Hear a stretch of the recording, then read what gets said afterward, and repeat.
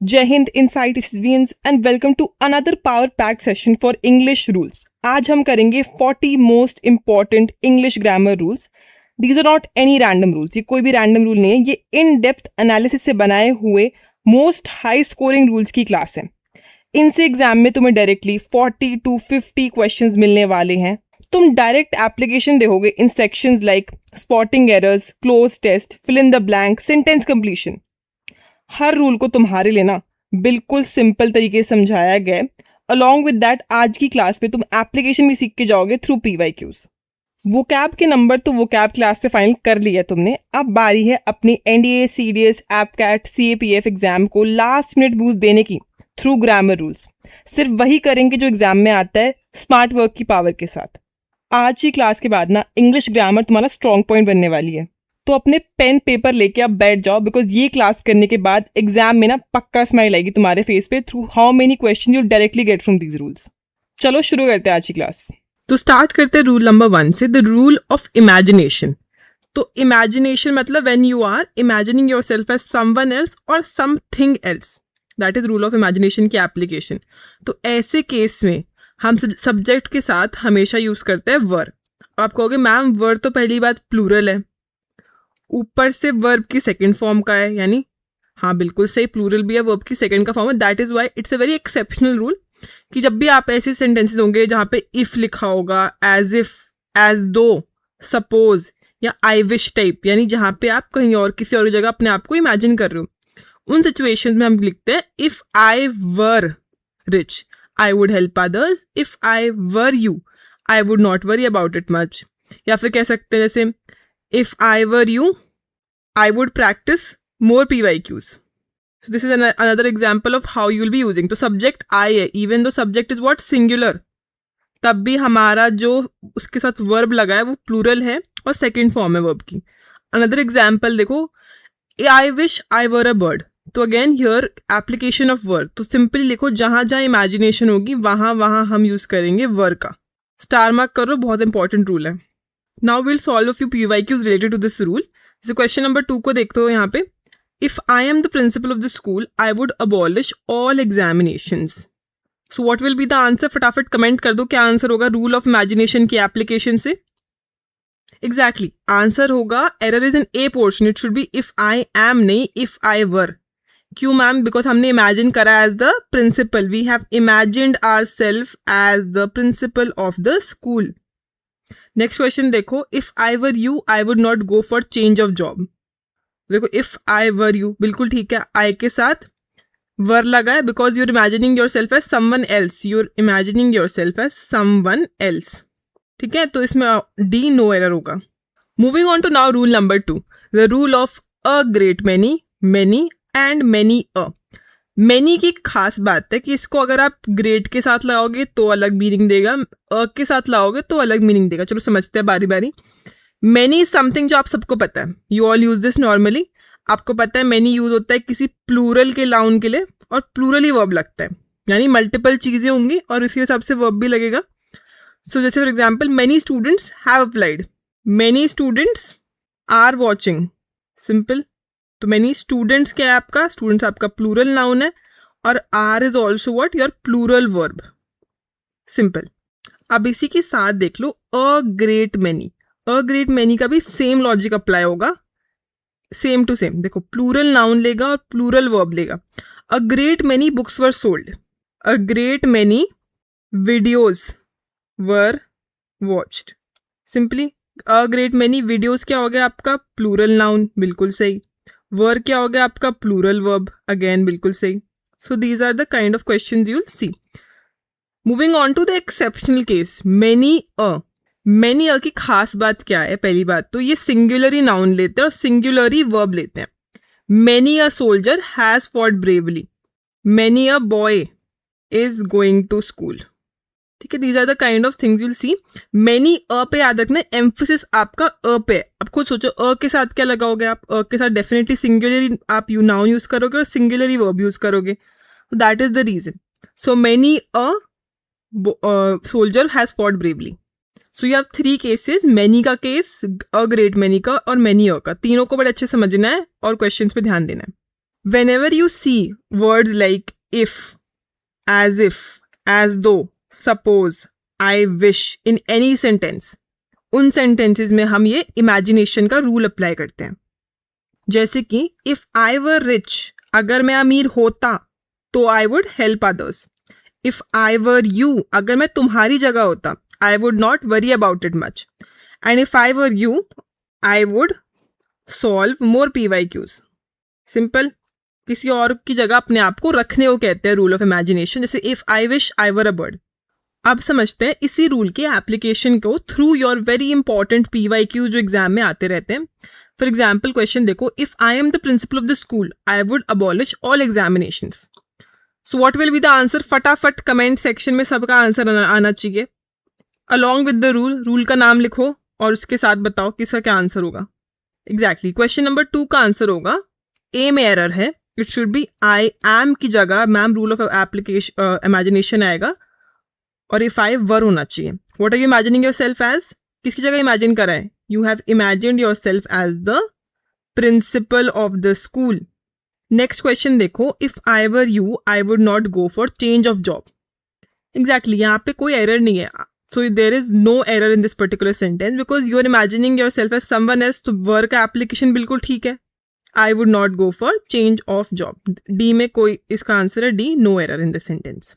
आ जाते हैं rule number 2 पे, the rule of a great many, many and many. अब आप पूछोगे मैम ये क्या है? देखो many के ना, many के तुम्हारे हैं 3 रूप है many के, तो तीनों समझेंगे बारी बारी. And how are they put in a sentence? पहला वाला मैनी यानी case number 1 for your many, उसका सिंपल स्ट्रक्चर है कि आपने एक सबसे कॉमनली देखते हो, और ये मैनी के साथ आ रहा है क्या? एक प्लूरल नाउन आ रहा है along with a plural verb. जैसे example, I have many friends are going to the party. अगर मैं ऐसे बोलूं, many friends are going to the party, simple है. मैनी के साथ मैम प्लूरल नाउन लगा दिया और प्लूरली वर्ब लगा दिया. This is what you have seen mostly. So many students have applied. Second case is a great many. अब ये देखने में लगेगा कि ग्रामेटिकली इनकरेक्ट है या कुछ नया है, बट इसका भी सेम फॉर्म मेंटेन होगा. That will be, it will take a plural noun along with the plural verb.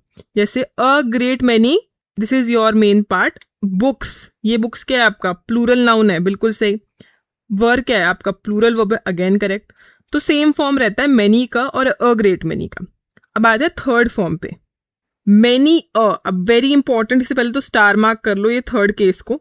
Many a लेता है सिंगुलर नाउन और सिंगुलर वर्ब. Very important. अभी आप बोलोगे मैम ये कैसे हो? देखो इसमें ना एम्फेसिस जो है वो अ पे आता है. अ किसके लिए यूज करते हैं हम? अ एक आर्टिकल है which is used for what? It is used for singular noun only. Singular noun है, उसी के साथ सिंगुलर वर्ब भी है. तो मैनी अ सोल्जर, सोल्जर हो गया सिंगुलर नाउन. हैज आपका हो गया singular verb. Many a soldier has fought bravely is the example of this particular case. तो तीनों केसेस को अच्छे से समझना है. एग्जाम में तीनों केसेस आते हैं. The structure should be clear to you और कैसे अप्लाई करना है. बात आते हैं क्वेश्चन पे. PYQ देखो तुम्हारे लिए एक बहुत ही important. Full many a flower are born to blush unseen. अब जिसको रूल याद है, तुम्हें दिखा मैनी और अ, मैनी और अ के साथ क्या आता है? जो रूल रिवाइज करके बैठे उन्हें पता है मैनी अ के साथ तो पहली बात तो सिंगुलर तो नाउन आएगा, अलॉन्ग विद दैट सिंगुलर ही वर्ब आएगा, राइट. तो फ्लावर इज करेक्ट, बिल्कुल सही. क्या आर बॉन्ड होगा? नहीं, आर बॉन्ड नहीं होगा. Error is in B portion. It should be is bound. Singular verb लेगा क्योंकि वो. This is the answer. ऐसे ही क्वेश्चन सॉल्व करना है रूल को एग्जैक्टली अप्लाई करके. और अब तो तुमको ये पता चल गया है कि अगर मैनी होता मैम तो हम क्या लगाते? हम सिंपली प्लूरल तो नाउन लिखते और प्लूरल ही वर्ब लिखते. और अ ग्रेट मैनी होएगा तब भी हम क्या लिखेंगे? तब भी हम लिखेंगे plural noun along with plural verb. तो ये है आपके मैनी के 3 रूप. Coming on to rule number 3, the rule of near and dear. बहुत ही प्यारा रूल है, स्टार मार्क कर लो, काफी बार एग्जाम में दिख जाता है. इफ 2 सब्जेक्ट, आपके 2 सब्जेक्ट फॉर एग्जाम्पल सेंटेंस में है, एक को मान लो S1, एक को मान लो S2. अगर ऐसे कोई सब्जेक्ट्स आपके जॉइंड है by words like either or, neither nor, not only but also. इनको फटाफट स्टार मार्क भी कर लो, not only but also, either or, neither nor को, बिकॉज ये आपको एग्जाम में दिखेंगे। तो हम इसमें कहते हैं अगर S1 और S2 से ज्वाइंट है तो हमारा जो वर्ब होता है ना वो सेकंड सब्जेक्ट को अग्री करता है, या फिर हम ऐसे समझो जो नियरेस्ट सब्जेक्ट होगा किसके, वर्ब के। एग्जाम्पल देखो, neither Kush nor love has come. अब आपका इस सेंटेंस में Kush is what, Kush is subject 1, love is subject 2, पहली चीज तो ये। तो वर्ब होगा according to the second subject, यानी लव के अकॉर्डिंग, तो सिंगुलर है तो अकॉर्डिंगली सिंगुलर ही वर्ब आ रहा है इस सेंटेंस में। अनदर एग्जाम्पल, इसे समझो प्यार से, आइदर अली और हिज फ्रेंड्स हैव कम। अब पहली चीज, फर्स्ट चीज नोटिस करोगे मैम, सब्जेक्ट 1 तो हमारा सिंगुलर है, बिल्कुल ठीक। Subject 2, this is S2 which is your plural, friends हो गया ना, प्लूरल है। अब आती है खास बात, अब यहां देखो वर्ब क्या है, हैव है। Why is this? This is a plural verb, पहली बात तो। बट ये क्यों लग रहा है, because it is agreeing to S2, S2 के साथ नहीं, फ्रेंड्स के साथ अग्री कर रहा है। जो पास था, जो पास है वही खास है, जो पास है वही खास है टू द वर्ब, वर्ब के लिए ये बात याद रखना, जो पास है वही खास है। And that is why whenever you see things like either or, neither nor, not only but also, समझ जाना कि S2 यानी सेकेंड सब्जेक्ट से हमें अग्री करवाना है हमारे वर्ब को। Also you have to understand, ये जो है ना तीनों के तीनों, these are what, these are pairs. अगर आपको सेंटेंसेज में दिखने हैं तो आपको ये मोस्टली साथ में दिखेंगे। जैसे नॉट ओनली अगर सेंटेंस में आएगा तो ये आपको बट ऑल्सो फॉलो जरूर करेगा। This will also help you solving your spot error questions as well as your PQRS type के जो क्वेश्चन होते हैं, आपको ऑर्डर क्लियर हो जाएगा कि अगर P वाले पोर्शन में नॉट ओनली है तो पहले आएगा, है ना, Q वाले पोर्शन में बट ऑल्सो है तो बाद में आएगा। So these are again important grammatical hints for you while solving PQRS as well. तो अब याद रखना, rule of near and dear, जो नियर है वही डियर है, जो पास है वही खास है। अब सॉल्व करते हैं PYQs को। अब देखो, जिससे rule of near and dear पता है उसके लिए क्वेश्चंस बिल्कुल सेकंड्स के लिए हैं, सेकंड्स भी नहीं लगेंगे क्वेश्चन को सॉल्व करने में। क्वेश्चन नंबर 80 देखो, आइदर विकास और his friends is going to cook dinner. पहली चीज नोटिस कर ली मैम, आइदर और दिख गया, बिल्कुल सही। विकास और हिज फ्रेंड्स, विकास क्या है और आपका सिंगुलर नाउन है, सिंगुलर नाउन है। फ्रेंड्स क्या है, प्लूरल नाउन है, बिल्कुल सही। तो आपको वर्ब चेक करना है अब, बिल्कुल सही। Error is definitely in C portion, because plural noun है तो हमारा सेकेंड सब्जेक्ट इज प्लूरल, तो verb will also be plural, it should be are. S1 हो गया, S2 हो गया, S2 प्लूरल है, S1 सिंगुलर है, तो हमारा वर्ब भी क्या होगा, वर्ब भी प्लूरल वर्ब ही होएगा। Rule of near and dear in application. Next question 43 देखो, ईदर ही और आई एम मिस्टेकन। ईदर और दिख गया तो एक चीज क्लियर होगी, एप्लीकेशन तो ma'am rule of near and dear की होने वाली है। तो ही आपका क्या है, पहली चीज सिंगुलर नाउन है, आई ऑल्सो सिंगुलर ही है, but this is in third person, ये फर्स्ट पर्सन में है। ये आपका फर्स्ट पर्सन होता है ना, ग्रामर के 3 लोग होते हैं, फर्स्ट, सेकेंड और थर्ड पर्सन। तो बिल्कुल सही, इसमें कोई एरर नहीं है, because it will agree to the second subject. Simple है। S2 क्या है आपका सेंटेंस में, S2 आई है, तो आई के साथ अग्री होने वाला वर्ब क्या होता है, एम होता है, तभी हम उसके अकॉर्डिंगली लगाना है। Near and dear, I is what, I is nearer to am and that is why वो डियर है, इसीलिए बिल्कुल सही है, इसमें कोई एरर नहीं है। वेरी इंपॉर्टेंट, स्टार मार्क कर लो इस क्वेश्चन को, अच्छे से नोट डाउन कर लो। Coming on to the fourth rule, that is rule of collective noun. Collective मतलब किसी चीज का ग्रुप, किसी चीज, it can be for things also, animals also and people also. Example जैसे हम बोलते हैं ना, herd of cows, herd of cows. Second example being school of fishes, school of fishes. या फिर हम बोलते हैं फ्लॉक ऑफ बर्ड्स। तो ये सबके सब क्या है यहाँ पे, हर्ड हो गया आपका, फ्लॉक हो गया, स्कूल हो गया। What are these, these are all your collective nouns. तो सिंपल है, अगर हमारा इसमें ना आपको गौर करना है कि एम्फसिस कहाँ है सेंटेंस में। एम्फसिस, अगर तुम्हारा ध्यान सेंटेंस में उस ग्रुप के ऊपर है तो हम यूज करते हैं क्या, सिंगुलर वर्ब यूज करते हैं, because we are talking about one group, एक ग्रुप की बात हो रही है सेंटेंस में। एग्जाम्पल देखो, the herd of cows is grazing in the field. Herd, the herd is what, the herd is one group, एक ग्रुप ऑफ काउ, एक कलेक्शन ऑफ काउज है, तो इसलिए फोकस हमारा उस ग्रुप के ऊपर है। अब ग्रुप कितने हैं? एक ही ग्रुप है, बिल्कुल सही। अगर एक ग्रुप है तो इजी लगाएगा because it is the singular verb. तो ये तो हुई पहली बात कि मैम कलेक्टिव नाउन जो है हमारा, जब कभी भी हमारा फोकस कोई ग्रुप पे होता है इसलिए हम यूज कर रहे हैं क्या? सिंगुलर वर्ब, बिल्कुल सही। अब इसी रूल में एक आता है तुम्हारा एक्सेप्शन वाला केस। ये कब आएगा ये भी समझो। देखो देयर आर टू केसेस। अगर तुम्हारा group is working together, if your group is working together यानी there acting as one group, emphasis group के एक यूनिट पर है, उस केस में हम यूज करते हैं सिंगुलर वर्ब। बट अगर तुम्हारे ग्रुप में डिविजन है, they are not agreeing on to one thing, या फिर अलग अलग एक्ट कर रहे हैं, तो बेसिकली अब एम्फोसिस कहाँ चला गया? Emphasis goes on to the individual of the group because they are not acting together, they are divided in their opinion. तो उस केस में हम यूज करते हैं प्लूरल वर्ब। वेरी इंपॉर्टेंट, जितने चांद सितारे बनाने बना लो, इसको स्टार मार्क करके देख लो।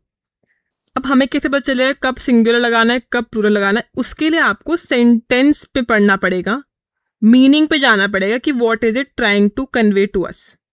जैसे केस 1 देखो, the jury are divided in their opinion. Jury क्या है? ग्रुप ऑफ जजेस, है ना। आर क्यों यूज कर रहे हैं? बिकॉज जूरी क्यों है? डिवाइडेड है, they are not acting together, तभी हमने इस सेंटेंस में यूज करा है प्लूरल वर्ब। नेक्स्ट केस देखो, द कमिटी हैज। अब committee is also what? Committee is group of people, has use करा है। ये क्या है आपका? ये आपका अगेन सिंगुलर वर्ब है। यूनानिमसली टेकन इट्स डिसीजन यानी सबने मिलके एक डिसीजन लिया है, तो दे आर एक्टिंग टुगेदर। अब केस 1 है डिविजन का एग्जाम्पल और केस 2 है example of togetherness. So depending upon the sentence you have to identify and then put कि प्लूरल नाउन लगेगा कि सिंगुलर वर्ब लगेगा।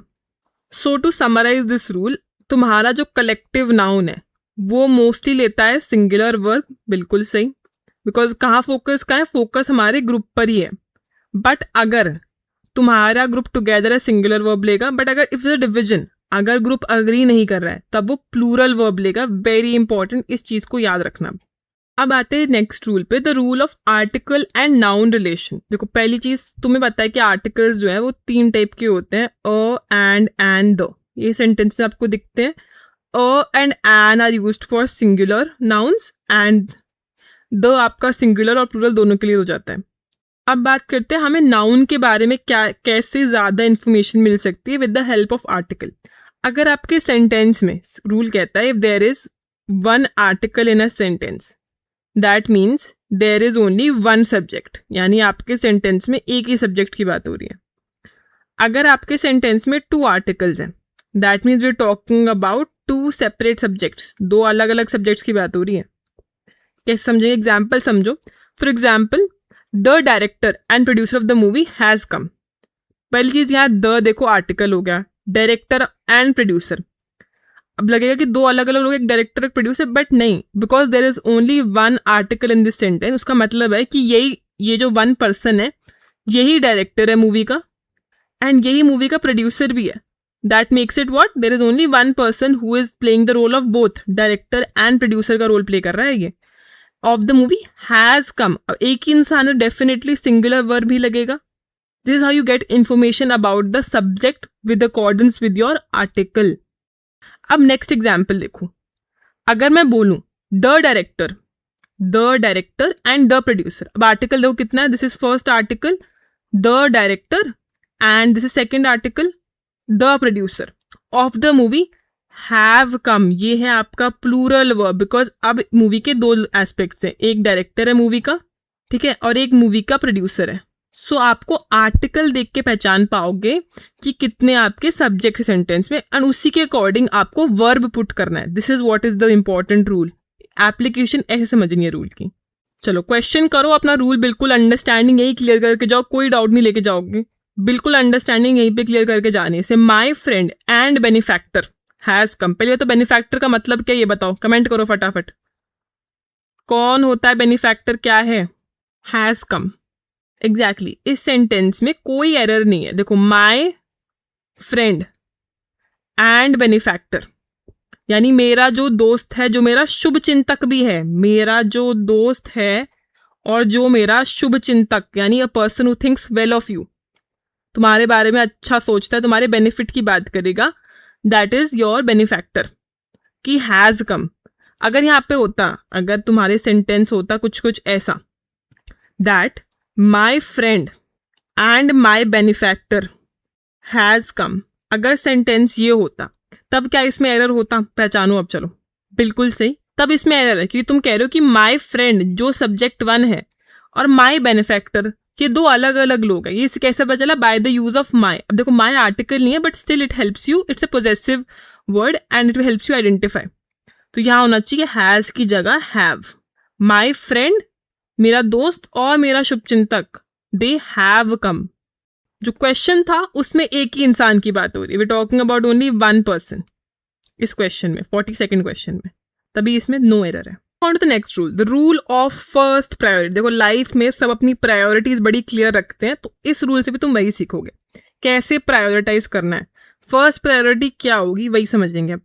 देखो इफ सब्जेक्ट्स, यानी वही आपके S1 S2 दो सब्जेक्ट हो गए सेंटेंस में, are joined by words like as well as, with, along with, together with, in addition to, no less than, rather than, like, unlike.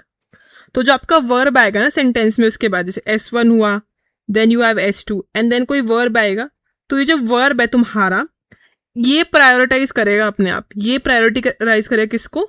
ये कहेगा कि मैं प्रायोरिटाइज करूंगा किसको? सब्जेक्ट 1 को. फर्स्ट प्रायोरिटी मेरी यही रहेगी, पहली प्रायोरिटी सब्जेक्ट 1. क्यों हो रहा है ये? Because of these basically words, इनकी वजह से हो रहा है. दिस इज कॉल्ड एज, अभी रूल का नाम है फर्स्ट प्रायोरिटी. एग्जाम्पल देखो, राम. अब Ram is what? Ram is subject 1. As well as दिख गया तुम्हें, तो तुम्हारा क्लिक करना चाहिए उसी time, rule of first priority ma'am. उसके बाद पेरेंट्स, ये आपके सब्जेक्ट 2 हो गए. ये आपका सिंगुलर फॉर्म है, बिल्कुल सही. ये आपका प्लूरल फॉर्म है. अब सवाल आता है कि वर्ब क्या होगा? वर्ब होगा सिंगुलर वर्ब. क्यों? क्योंकि S1 सिंगुलर है तो वर्ब भी सिंगुलर है. This is what you have to remember now. Next example देखो, फटाफट आइडेंटिफाई करो चीजों को. The captain singular, S1 singular आपका नाउन है. Along with the sailors, sailors क्या है? S2 है, उसके बाद ये प्लूरल फॉर्म में है. एंड वॉज ड्राउंड इसलिए लिख रहे हैं बिकॉज हमारा first subject is singular, S1 is singular, so you have to agree with S1. Similarly Preet unlike her sisters is studious. तो रूल ऑफ फर्स्ट प्रायोरिटी कहता है इसको पसंद है सब्जेक्ट 1, इसकी priority remains very clear, subject 1 is my first priority, यानी पहली priority वही रहती है. आज आप PYQ देखते हैं इसी रूल की एप्लीकेशन पे. The care as well as the love of a father, तुम्हें दिख गया एज वेल एज, तुम्हें क्लिक करना चाहिए इंस्टेंटली. अब rule of first priority click हुआ. The love of a father were missing in her life. अब एरर बताओ कहाँ पर है? फटाफट कमेंट करो, एरर कहाँ पे है, आंसर बताओ. देखो पहला सब्जेक्ट हो गया केयर, सब्जेक्ट 1. सेकेंड सब्जेक्ट हो गया लव, सब्जेक्ट 2. अब दोनों ही देखिए, द केयर या the love, both of them are singular only. So इसमें अकॉर्डिंग टू योर वर्ब जो आपका होगा that will be according to subject 1. Subject 1 क्या है? The care. The care is your subject 1, तो उसके साथ लगेगा क्या? सिंगुलर वर्ब ही लगेगा. तो शुड बी वॉज मिसिंग, ये होना चाहिए वॉज मिसिंग. तो error is in C portion. अब आते हैं नेक्स्ट रूल पे, that is the rule called as combination with of. अब इसका नाम कॉम्बिनेशन के भी समझ में आएंगे. देखो normally what you know is कि मैम अगर हमारा प्लूरल नाउन होता है ना, जैसे हो गया आपका दे, वी, कोई भी प्लूरल नाउन होगा वो लेता है प्लूरल वर्ब, है ना, सिंपली सब्जेक्ट वर्ब एग्रीमेंट. और अगर सिंगुलर नाउन होगा कुछ भी तो वो लेता है सिंगुलर वर्ब. बट ये जो ऑफ का कॉम्बिनेशन है ना, ये इस रूल का एक एक्सेप्शन है. देखो there are certain keywords for this rule, ये तुम्हें देख के पहचान जाओगे, जैसे one of, each of, any of, either of, neither of. अगर आपको सेंटेंस में ये दिख रहे हैं, then you see a plural noun उसके बाद, and then you get a singular verb. क्यों? देखो एग्जाम्पल देखो, one of the boys has done his work. तो इसमें बात किसकी हो रही है? अगर इसका मतलब समझे हम तो वी टॉकिंग अबाउट उनमें से कोई एक boy. One of the boys कह रहे हैं ना, तो has done his work which is what? Singular verb. Even though ये बॉयज है यानी प्लूरल नाउन है, बट हम बात क्या कर रहे हैं सेंटेंस में कि उनमें से कोई एक boy, there are multiple boys but we are talking about only one in the sentence, तभी इसमें सिंगुलर वर्ब लग रहा है। ये लॉजिक है इसका। जैसे next example, any of the girls has finished the assignment. अब गर्ल्स तो आपका प्लूरल नाउन है, वर्ब आपका सिंगुलर वर्ब है, बट ये हो क्यों रहा है? Because you have the combination. Combination possible क्यों है ये प्लूरल नाउन का और सिंगुलर वर्ब का? It is possible because of the special word of, जिसकी पेयरिंग हुई है किसके साथ? One of, each of, any of, either of या नीदर ऑफ के साथ। तो बहुत ही इंपॉर्टेंट है, इन्हें फटाफट नोट डाउन कर लो कि इनके साथ अगर आपको दिखेगा तो पहली चीज तो प्लूरल नाउन दिखेगा, दूसरी चीज सिंगुलर वर्ब दिखेगा। चलो अब देखते हैं PYQs बेस्ड ऑन ऑफ का कॉम्बो। ठीक है, रेस्टोरेंट में दिखते ना कहीं भी जाते कॉम्बिनेशन ऑफर्स मिलते हैं, तो ये उसी की तरह कॉम्बो ही लगा लो। सो 44 देखो, each of the substances are found in India. सारे के सारे रूल याद करेंगे, फटाफट आंसर बताओ इसका। बहुत ही सिंपल क्वेश्चन है अब तो रूल के बाद। तो ईच ऑफ ये दिख गया, ऑफ का कॉम्बिनेशन। पहली चीज चेक करोगे कि हाँ प्लूरल नाउन है, बिल्कुल सही। सेकेंड चीज चेक करो कि सिंगुलर वर्ब है या नहीं है। नहीं, सिंगुलर वर्ब तो नहीं है, यहां तो प्लूरल वर्ब दे रखा है, which is incorrect. Error is in C portion. होना क्या चाहिए? शुड बी इज होना चाहिए। This is the right form. Next question देखते, it was one of the best speeches that has ever been made in the parliament. One of दिख गया, बिल्कुल सही। ऑफ का कॉम्बिनेशन अप्लाई करोगे, दिमाग में उसी इंस्टेंटली क्लिक होगा। बेस्ट स्पीचेज प्लूरल नाउन है, अगेन करेक्ट। हैज है, सिंगुलर वर्ब है, अगेन करेक्ट। तो इसका आंसर है D, that there is no error in this sentence. It is perfectly right. So moving on to question number 8 now. It's a good question. देखते हैं कौन apply करके rule को बिल्कुल लॉजिकली आंसर बता पाता है। I shall be glad to help every one of my boys in their studies. तो पहली बात तो वन ऑफ दिखते रूल क्लिक होगा, ऑफ का कॉम्बिनेशन बिल्कुल ठीक है। प्लूरल नाउन दिख गया, बट अब देखो इसमें वर्ब नहीं है, बट एक तरीके से there be using a pronoun, possessive pronoun use होगा। But you have to understand क्योंकि बात किसकी हो रही है सेंटेंस में। सेंटेंस में तुम सब बताओ बात किसकी हो रही है। हम बात करें कि हर एक बच्चे की, every one of my boys ना, हर एक बच्चे की इन देयर स्टडीज होगा या इन हिज स्टडीज होगा। अब ये सोचो, ऑफ का कॉम्बिनेशन क्या कहता है कि उसके बाद we are talking about only one boy here, every one, हर इंडिविजुअल की बात हो रही है अलग अलग। बिल्कुल सही। Error is in C portion, in his studies होगा, इन हिज स्टडीज। मार्क कर लो, this are the important kind of question that will come in the exam. Next question देखते हैं, question number 9। Indian film industry is considered to be one of the symbol of culture and social life. तो again तुम्हें one of दिख गया है, तो always think about it. हमेशा of के कॉम्बिनेशन के बारे में जरूर सोचना। तो आपका ऑफ का कॉम्बो कहता है कि पहले तो प्लूरल नाउन आएगा और सिंगुलर वर्ब आएगा। बिल्कुल सही। अब इसमें देखो यहां मेंशन्ड है सिंबल। सिंबल तो सिंगुलर नाउन है। अगर तो लॉजिकली भी देखो, if you talking about one of something, there has to be multiple things. यहाँ मल्टीपल चीजें होंगी, मल्टीपल सिंबल्स होंगे, तभी तो तुम एक सिंबल की बात करोगे उनमें से। That is the logic you have to use. Indian film industry is considered one of the symbols होगा। Error is in C portion because there are other symbols also of culture and social life. Indian film industry उनमें से एक symbol है। Error is in C portion. तो ये भी ध्यान करना है कि वन प्लूरल नाउन भी जरूर ले। Moving on to next question, question number 11। He has been one of the most revered member of the committee of inquiry. पहली बात तो रेवर्ड का मीनिंग बताओ। वो कैब वाली क्लास जिसने देखी है उसको रेवर्ड का मीनिंग पता होगा। इसका मीनिंग जरूर बता, सिनोनिम्स बताना कमेंट सेक्शन में सबके सब। अब आते हैं क्वेश्चन पे। ही हैज बीन वन, देखो पहली बात तो इसमें यही एरर है। वन द मोस्ट तो क्या ही होगा, this is nothing. It should B one of the most, और रेवर्ड मेंबर नहीं होगा, it should B reward members. तो इसी में ही बी पोर्शन में दो चीजें दिख रही है तुम्हें गलत, तो error is definitely in B portion only. One of होगा क्योंकि ऑफ की वजह से ही it has to be out of many ना। एक चीज की अगर हम बात करें, it has to be out of many. और रेवर्ड मेंबर्स होगा of the committee of inquiry. अच्छा क्वेश्चन था ये। एरर दोनों एरर आपके बी पोर्शन में ही है। Next rule, the pronoun order rule. अब पहली बात तो प्रोनाउन होते हैं वो जो एक सेंटेंस में किसी भी नाउन को रिप्लेस करते हैं। बिल्कुल सही। नाउन को रिप्लेस करने का इनका यूज होता है। प्रोनाउन में समझने के लिए पहले तुम्हें मिलवाना पड़ेगा ग्रामर के 3 लोगों से। वी कॉल कि ग्रामर के 3 लोग हैं, that is the first person, the second person and the third person. अब हमें किसे पता, चलो देखो, लेट्स टॉक अबाउट कि for example this is person number 1, ठीक है, और he is talking to person number 2। जैसे पर्सन नंबर 1 अगर मैं हुई तो मैं आपसे बात कर रही हूँ, so I become the first person. I am talking to you, I am the first person, I am talking to you. और चलो हम बात करने लगते हैं किसी और इंसान की, फॉर एग्जाम्पल हम बात कर रहे हैं प्राइम मिनिस्टर मोदी की बात कर रहे हैं, ठीक है, पीएम मोदी की बात कर रहे हैं, तो हम वो हो गए सेंटेंस में हमारे third person. He will be the third person. So this is what how you I understand it, कि अगर 2 लोग बात कर रहे हैं, I is refer to as the first person, you is refer to as the second person, he she it they, वो सब आपके सारे थर्ड पर्सन में आते हैं। फर्स्ट पर्सन एग्जाम्पल हो गए आई, मी, माई, माइन, ये सारा हो गए। Second person you, yours. Third person हो गए he, him, she, her, it, its, ठीक है। This is how you understand the 3 people of grammar. अब समझते हैं प्रोनाउन को कैसे प्लेस करते हैं, इस फर्स्ट, सेकेंड और थर्ड पर्सन को हम सेंटेंस में प्लेस कैसे करते हैं।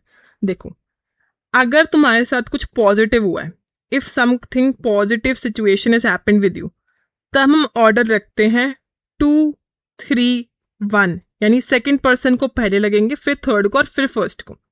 ऑन द अदर हैंड, अगर तुम्हारे साथ कुछ नेगेटिव हुआ है, कोई बुरी घटना घट गई है नेगेटिव सिचुएशन में, तब तुम यूज करोगे ऑर्डर 1, 2, 3। अब ये याद कैसे करोगे, देखो, related to the officer like qualities, ठीक है, OLQ से रिलेट करो इसको। अगर कुछ अच्छा होगा, तुम ऑफिसर हो, if something good has happened to you, always put your team first.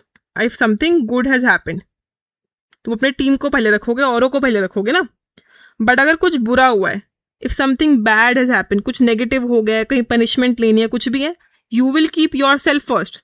मैं पहले आऊंगा, आई एम द फर्स्ट पर्सन जिसको पनिशमेंट खाने के लिए रेडी होगा, अपने टीम के लिए, मतलब to ready to be able to take the blame, give. तो ये ऑफिसर लाइक क्वालिटीज में एक ट्रू लीडर की पहचान होती है। तो उसी हिसाब से रूल को भी हम ऐसे ही समझेंगे कि अगर मेरे साथ कुछ अच्छा हुआ है तो मैं अपने आप सामने वाले लोगों को पहले क्रेडिट दूंगा, 2, 3, 1 रूल रहेगा। जैसे सेंटेंस में एग्जाम्पल देखो, you, Mitali and I are selected for science exhibition. कुछ अच्छी चीज हुई है तुम लोगों के साथ, that is what selection in science exhibition. Selection हुआ है, गुड थिंग, पॉजिटिव सिचुएशन है।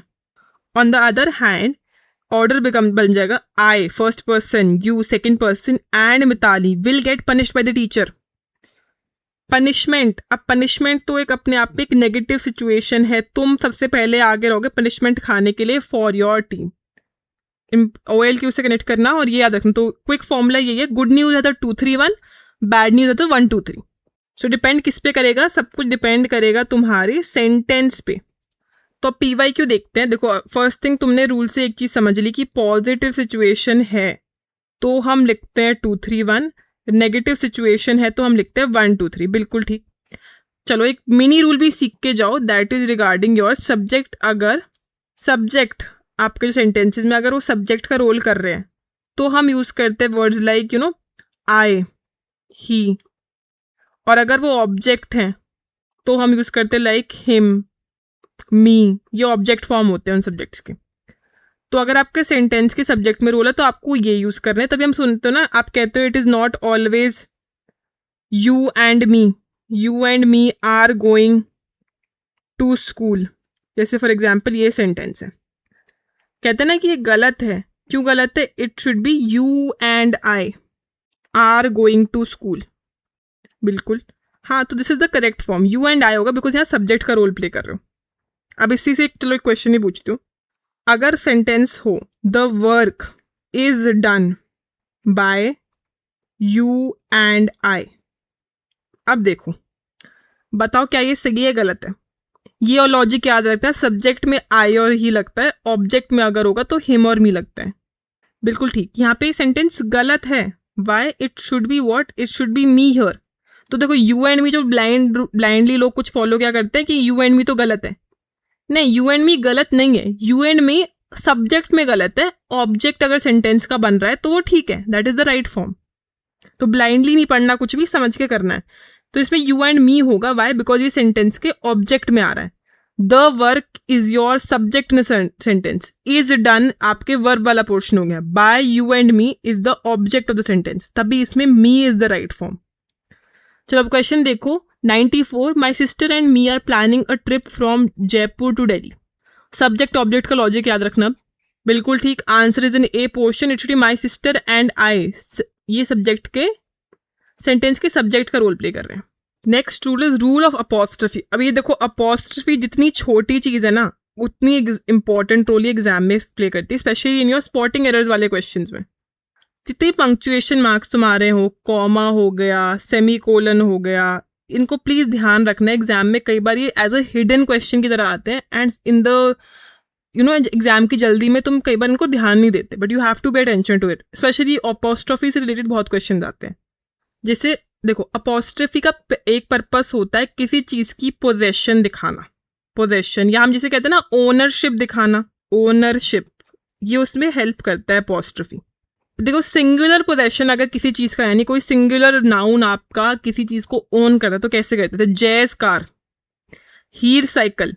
One person owning a car, one person owning a cycle. But अगर कोई प्लूरल पोजेशन है, खासकर उन नाउन्स में, हम उन नाउन्स की बात करें जो होते एस में एंड, तो उसमें क्या होता है? अपॉस्ट्रफी कहाँ प्लेस होती है? It is placed after the S. Very important, काफी इंपॉर्टेंट, नोट डाउन कर लो इसको. जैसे गर्ल्स हॉस्टल, एस के बाद है आपकी अपॉस्ट्रफी. यहाँ क्या है? फर्स्ट केस में क्या था? एस से पहले थी अपॉस्ट्रफी. तो पोजिशनिंग ऑफ अपॉस्ट्रफी बिल्कुल मीनिंग चेंज कर देती है. गर्ल्स हॉस्टल, टीचर्स डे, या फिर हम क्या भी कह सकते हैं soldiers dedication. We talking about multiple soldiers और उनकी डेडिकेशन. अब आते हैं, ये तो तुम्हारा हो गया पहली बात रिगार्डिंग योर अपॉस्ट्रफी का ओनरशिप. सेकेंड एस्पेक्ट पे आओ. देखो, ओनरशिप यानी ये क्वालिटी कैसी है? ये आप क्या ये चीजें किसी चीज को ओन कर सकती? नहीं. It is a quality that is given to people and animals, यानी लिविंग थिंग्स के लिए ही अलाउड है ये ओनरशिप होना किसी चीज की. डॉग्स डेन, चलो, not used for living non living things. जैसे टेबल्स लेग नहीं होगा, टेबल्स लेग नहीं होगा, it will be leg of the table. क्यों नहीं होगा टेबल्स लेग? देखो, टेबल अपने आप में एक नॉन लिविंग थिंग है ना, it's a non living thing. तो कैसे किसी की लेग को ओन कर सकती है? It can not have the quality of owning something. तो हम यूज करेंगे the right form is leg of the table. Another example will be, देखो, चेयर्स आर्म, साइड में रखते हैं ना आर्म रेस्ट, कहते हैं chairs arm. This is wrong. होगा क्या? Arm of the chair. Other example देखो, अगर लिविंग की बात करें, जैसे लायंस डेन हो सकता है, बिल्कुल ठीक है, लायन एक लिविंग थिंग है, उसका डेन हो सकता है.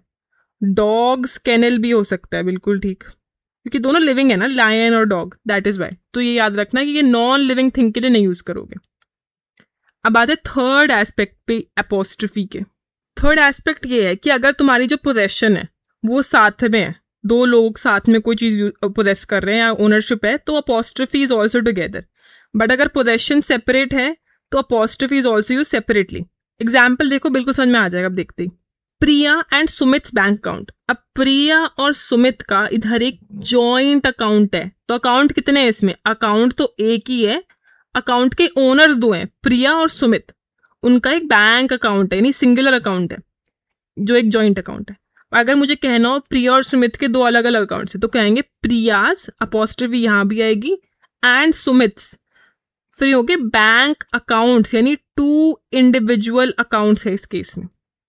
तो अपॉस्ट्रफी से आपको क्लियर भी हो जाएगा कि जॉइंट अकाउंट है कि सिंगुलर अकाउंट है, यानी इंडिविजुअल अलग अकाउंट है सबके. अब देखते हैं PYQ related to it. Question 42 सबको आंसर करना है फटाफट.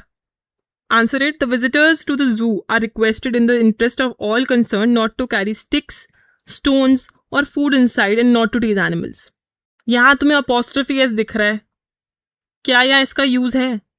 बिल्कुल सही, यहाँ इसका कोई यूज ही नहीं है. Error is in A portion, it simply visitors होना चाहिए.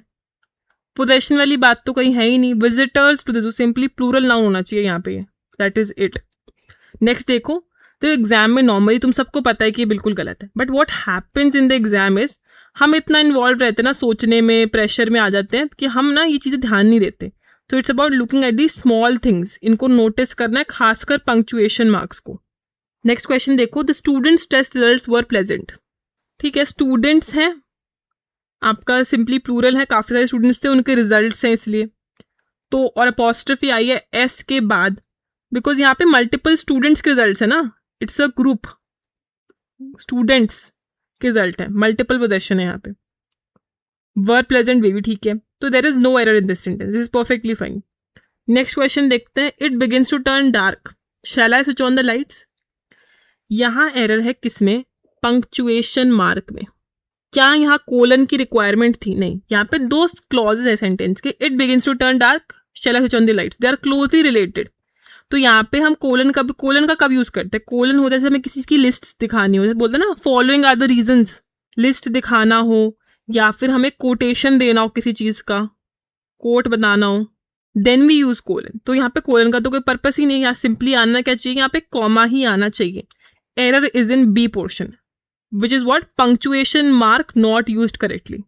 आते हैं बड़े प्यारे से रूल पे, plural and form singular meaning. तो there are certain words in English जो आपको लगेगा कि ये प्लूरल है, क्योंकि क्यों आपको लगेंगे क्यों प्लूरल? क्योंकि लास्ट में एस आ रहा है, बट आपको समझना पड़ेगा they have meaning singular only, ये सिंगुलर ही मीन करते हैं। For example measles, mumps, billiards, physics subject है ना, economics, civics, statistics, politics, linguistics, mathematics, ये सब ऐसे ही लिखते हैं, this is the right spelling, but ये सिंगुलर ही है, they are singular nouns only, तभी वर्ब भी सिंगुलर ही लगता है इनमें। तो एस देख के कंफ्यूज मत हो जाना कि कहीं ये प्लूरल तो नहीं। अब आते हैं एक छोटे से एक्सेप्शन नोट पर, words like statistics and mathematics, इनके ना दो मीनिंग होते हैं।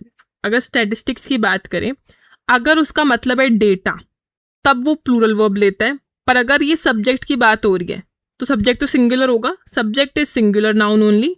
बट अगर डेटा का रेफरेंस दे रहे हैं हम स्टैटिस्टिक्स से, then it is taking plural noun, तब इस केस में प्लूरल नाउन बन जाता है। चलो डेटा, चलो प्लूरल वर्ड है, इसका सिंगुलर फॉर्म क्या है? अगर मैं कहूँ डेटा इज प्लूरल, तो what is the singular form? बिल्कुल सही, it is datum. Please make a note of this, datum. अब बात करते हैं एग्जाम्पल, देखो कैसे चेंज होगा। जैसे statistics is an interesting subject, यहाँ जो वर्ड स्टेटिस्टिक्स है उसका मतलब है सब्जेक्ट स्टैट्स जो है, तो is the right form, singular noun singular verb. But अगर मैं बोलना चाहूँ स्टेटिस्टिक्स का जिसका मतलब है data, statistics have revealed, data have revealed multiple scams in the organisation, तो यहाँ पे हमारा क्या है? Plural verb, which is correct, because यहाँ meaning of this word stats means data. तो ये सेम चीज मैथमेटिक्स के लिए अप्लाई होगी। अगर मैथमेटिक्स का मतलब कैलकुलेशन है, उस केस में वो लेता है प्लूरल वर्ब, और अगर सब्जेक्ट है तो singular verb. Coming on to the next rule now, बड़ा इजी सिंपल सा रूल है। ये कहता है कि अगर आपका नाउन अनकाउंटेबल है नेचर में, यानी जैसे उंगलियों पे नहीं गिन सकते, ऐसे चीज़ें चेक करो। मोस्टली ना ऐसे एग्जाम्पल्स होंगे, जैसे एब्स्ट्रैक्ट नाउन हो गए, या फिर वेरी इंपॉर्टेंट वर्ड जिनको तुम्हें नोट डाउन कर लेना चाहिए, एग्जाम में ये वर्ड्स बहुत आते हैं, लाइक फर्नीचर हो गया, इक्विपमेंट हो गया, न्यूज़ हो गया, information, luggage, machinery, scenery, hair, jewellery, stationery. ये सब के सब जो वर्ड्स हैं ये अनकाउंटेबल नाउन के एग्जाम्पल है जिन्हें आप गिन नहीं सकते। And an uncountable noun takes a singular verb, ठीक है। और एक चीज और याद रखना, इन वर्ड्स का ना कोई प्लूरल फॉर्म भी नहीं होता, ये अपने आप में प्लूरल फॉर्म में। जैसे for example, there is nothing called as hairs, गलत इंग्लिश है ये, मोस्टली लोग लिखते हैं फर्नीचर्स, कुछ नहीं होता, ठीक है। ये सब गलतियां नहीं करनी एग्जाम में, दिस इज इनकरेक्ट इंग्लिश। आ जाओ 75th क्वेश्चन देखते हैं। आप अनकाउंटेबल नाउन का रूल याद रखना, अनकाउंटेबल नाउन का रूल याद रखेंगे हम। 75th question, the news regarding the earthquake survivors are very disturbing. Noun तुम्हारा न्यूज है, ये किस टाइप का? ये तो अनकाउंटेबल है, वेरी गुड। तो अनकाउंटेबल है तो वर्ब क्या लेगा? It will take a singular verb, बिल्कुल सही। Error is in C portion, it should be is very disturbing. Second question देखो, these equipments must have cost a fortune. फटाफट कमेंट सेक्शन में इसका आंसर आना चाहिए, अभी डिस्कस करके आए हैं हम, कमेंट करो इसका आंसर फटाफट से। नेक्स्ट क्वेश्चन देखते अब तक, her knowledge of Indian languages are far beyond the common. Simple है, नॉलेज है, नॉलेज क्या आप गिन सकते हो? किसी की नॉलेज को नहीं गिन सकते, तो अगर नहीं गिनोगे तो सिंगुलर वर्ब ही लगाओगे, बिल्कुल सही। Error is in C portion, it should be is.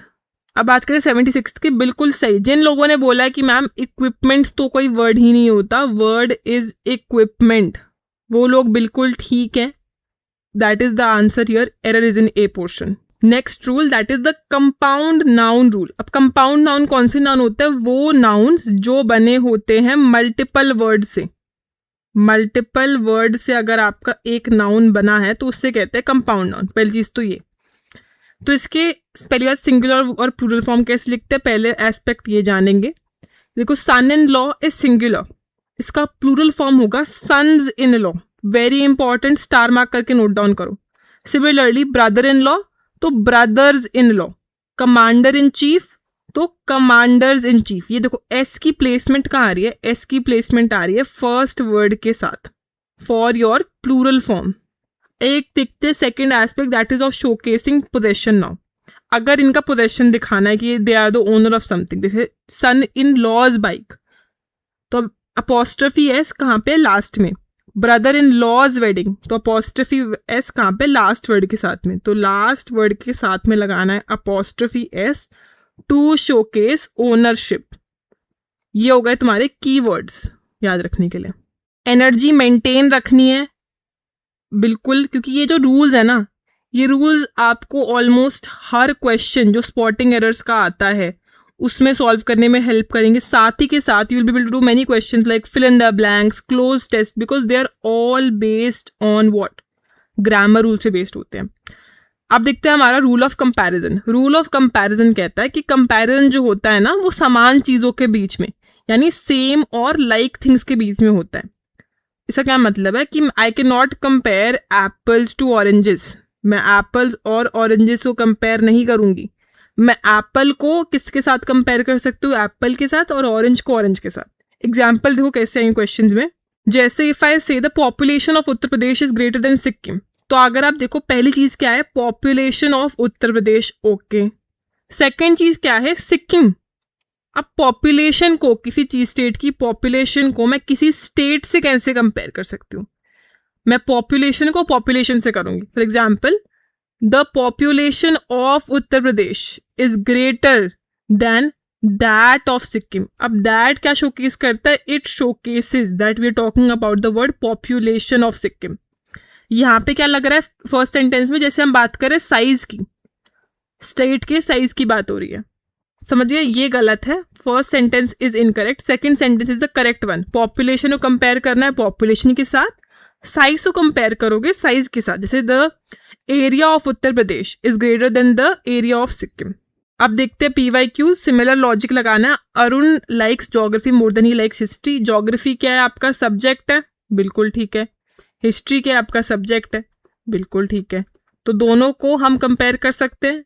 अगर मैं कहती Arun likes geography more than for example banana, अगर बनाना बोलते तो ये गलत है. It doesn't make sense. आप कंपेयर कैसे कर सकते हो? ठीक है. So here there is no error in this sentence. Question number 90 देखो. Female literacy rate has gone up by 11% in the past decade as opposed to a 3% increase in male literacy. बहुत ही अच्छा है और इंपॉर्टेंट क्वेश्चन है, very important question. ऐसे question exam में बहुत दिखते हैं. सब क्वेश्चन को ट्राई करेंगे, सब आंसर करने की कोशिश करेंगे. देखो पहली चीज क्या कंपेयर हो रही है? फीमेल लिटरेसी रेट की बात हुई है इधर, जो गई है by 11% in the past decade as opposed to, comparison हो गया. और 3% इंक्रीज इन मेल लिटरेसी से कंपेयर करा है. जहां एक जगह हम बात करते हैं फीमेल लिटरेसी रेट को कंपेयर कर रहे हैं मेल लिटरेसी से, विच इज इनकरेक्ट. अगर बात हो रही है फीमेल लिटरेसी रेट की तो कंपेयर भी मेल लिटरेसी रेट के साथ ही होगा. That is going to be, so error is in C portion. It should be rate, male literacy rate.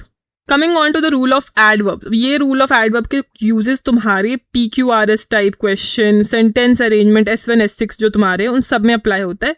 Because it helps you identify कि कैसे एक सेंटेंस में मल्टीपल एडवर्ब्स अगर हैं तो कैसे प्लेस करने हैं. इसके लिए एक सिंपल सा रूल है, रूल ऑफ MPFTP, जो कहता है कि पहले होगा मैनर, प्लेस, फ्रीक्वेंसी, टाइम और फिर पर्पस. एग्जाम्पल देख लो सेंटेंसेस के. शी रन्स क्विकली, मैनर हो गया. आउटसाइड, प्लेस हो गया. Frequency every evening. टाइम क्या है? Before dinner. पर्पस क्या है? For exercise. तो this is what you should maintain. ये बाकी एग्जाम्पल्स भी हैं. They nap quietly at home every morning at 8 because they are tired. This should follow when you have multiple adverbs. अगर तुम्हारे sentence में मल्टीपल एडवर्ब्स हैं तो ये आपको फॉलो करना चाहिए order. Coming on to the next rule, noun preposition noun, very important rule. और इसको याद करने के लिए ना एक सैंडविच से समझेंगे। देखो सैंडविच से एक रूल याद रह जाएगा अब तुमको। तो इफ टू नाउन्स, अगर कोई भी दो नाउन है और अगर उनके बीच में कोई प्रेपोजिशन है, यानी नाउन प्रेपोजिशन और नाउन का अगर तुम्हें ऐसा सैंडविच दिख रहा है, तो पहले ही समझोगे कि जो नाउन होंगे ना दोनों के दोनों, वो दोनों होंगे सिंगुलर में, सिंगुलर फॉर्म ही होगा। This is what is it, बस इतना सा रूल है कि इनको सिंगुलर में लिखना है, either side of the preposition. देखो मिस्टेक आफ्टर मिस्टेक, सिंगुलर होंगे दोनों के दोनों। Ship after ship, arrive at the port. Door to door campaign सुनते हो ना, गवर्नमेंट स्कीम्स में अक्सर कैंपेन आते रहते हैं, डोर टू डोर कैंपेन जो होते हैं, तो डोर टू डोर है। कभी भी डोर्स टू डोर्स नहीं लिखोगे, that is incorrect English. Other example हो गया wave upon wave, rose in the sea. और भी चीजें देखो, day by day, page after page, man after man, door to door, day and night. Please make a note of this, he has been working day and night. अब आ गया एक धमाकेदार question, electricity companies are working throughout days and nights to repair the damage. सबके सब समझ जाओगे, sandwich दिखे जहां तुम्हें नाउन प्रेपोजिशन नाउन का, exactly error is in C portion. यहाँ पे डेज एंड नाइट्स है, but the same rule applies everywhere. ये होना चाहिए simply day and night, day and night. इसमें यहाँ सेम नहीं है डे एंड नाइट। अगर होता ना डे आफ्टर डे, तब भी यही रूल अप्लाई हो जाता, बट इसको भी स्टार मार्क कर लें। This is one of the important cases of this particular rule. यहाँ पे नाउन नहीं कंजंक्शन है, that is also there, conjunction है, बट यही लॉजिक अप्लाई होगा यहाँ पे भी। Coming on the next rule, and I would say one of the UPSC favourites है ये। फॉर और सिंस में हर पेपर में उठा के देख लो, एक ना एक कोई क्वेश्चन मिल ही जाता है इसके रिगार्डिंग। तो फॉर और सिंस आपको कैसे डिफरेंशिएट करना है। अगर हम सेंटेंस में फॉर की बात करें तो एक बात हो रही है एक टाइम पीरियड या ड्यूरेशन की, यानी from for example 3 years, 2 months, तो ये हो गया ड्यूरेशन ऑफ टाइम। बट अगर हम बात करते हैं सिंस की, तो हम रेफर कर रहे हैं टाइम में एक पॉइंट की। फॉर एग्जाम्पल जब से, सिंस जैसे इनॉग्रेशन, ना सिंस द इनॉग्रेशन। या फिर अगर मैं कोई डेट दे दूं, सिंस 4 September 2021, ठीक है। तो अगर मैं कोई पॉइंट ऑफ टाइम के बारे में बात कर रही हूँ इन पास्ट से लेके अब तक, उस केस में हम यूज करते हैं सिंस। एग्जाम्पल देख लो, I have been part of the company for, क्या ड्यूरेशन है 7 years। I have been part of the company since it was established. Now establishment एक पॉइंट है इन हिस्ट्री इन पास्ट, तब से लेके अब तक।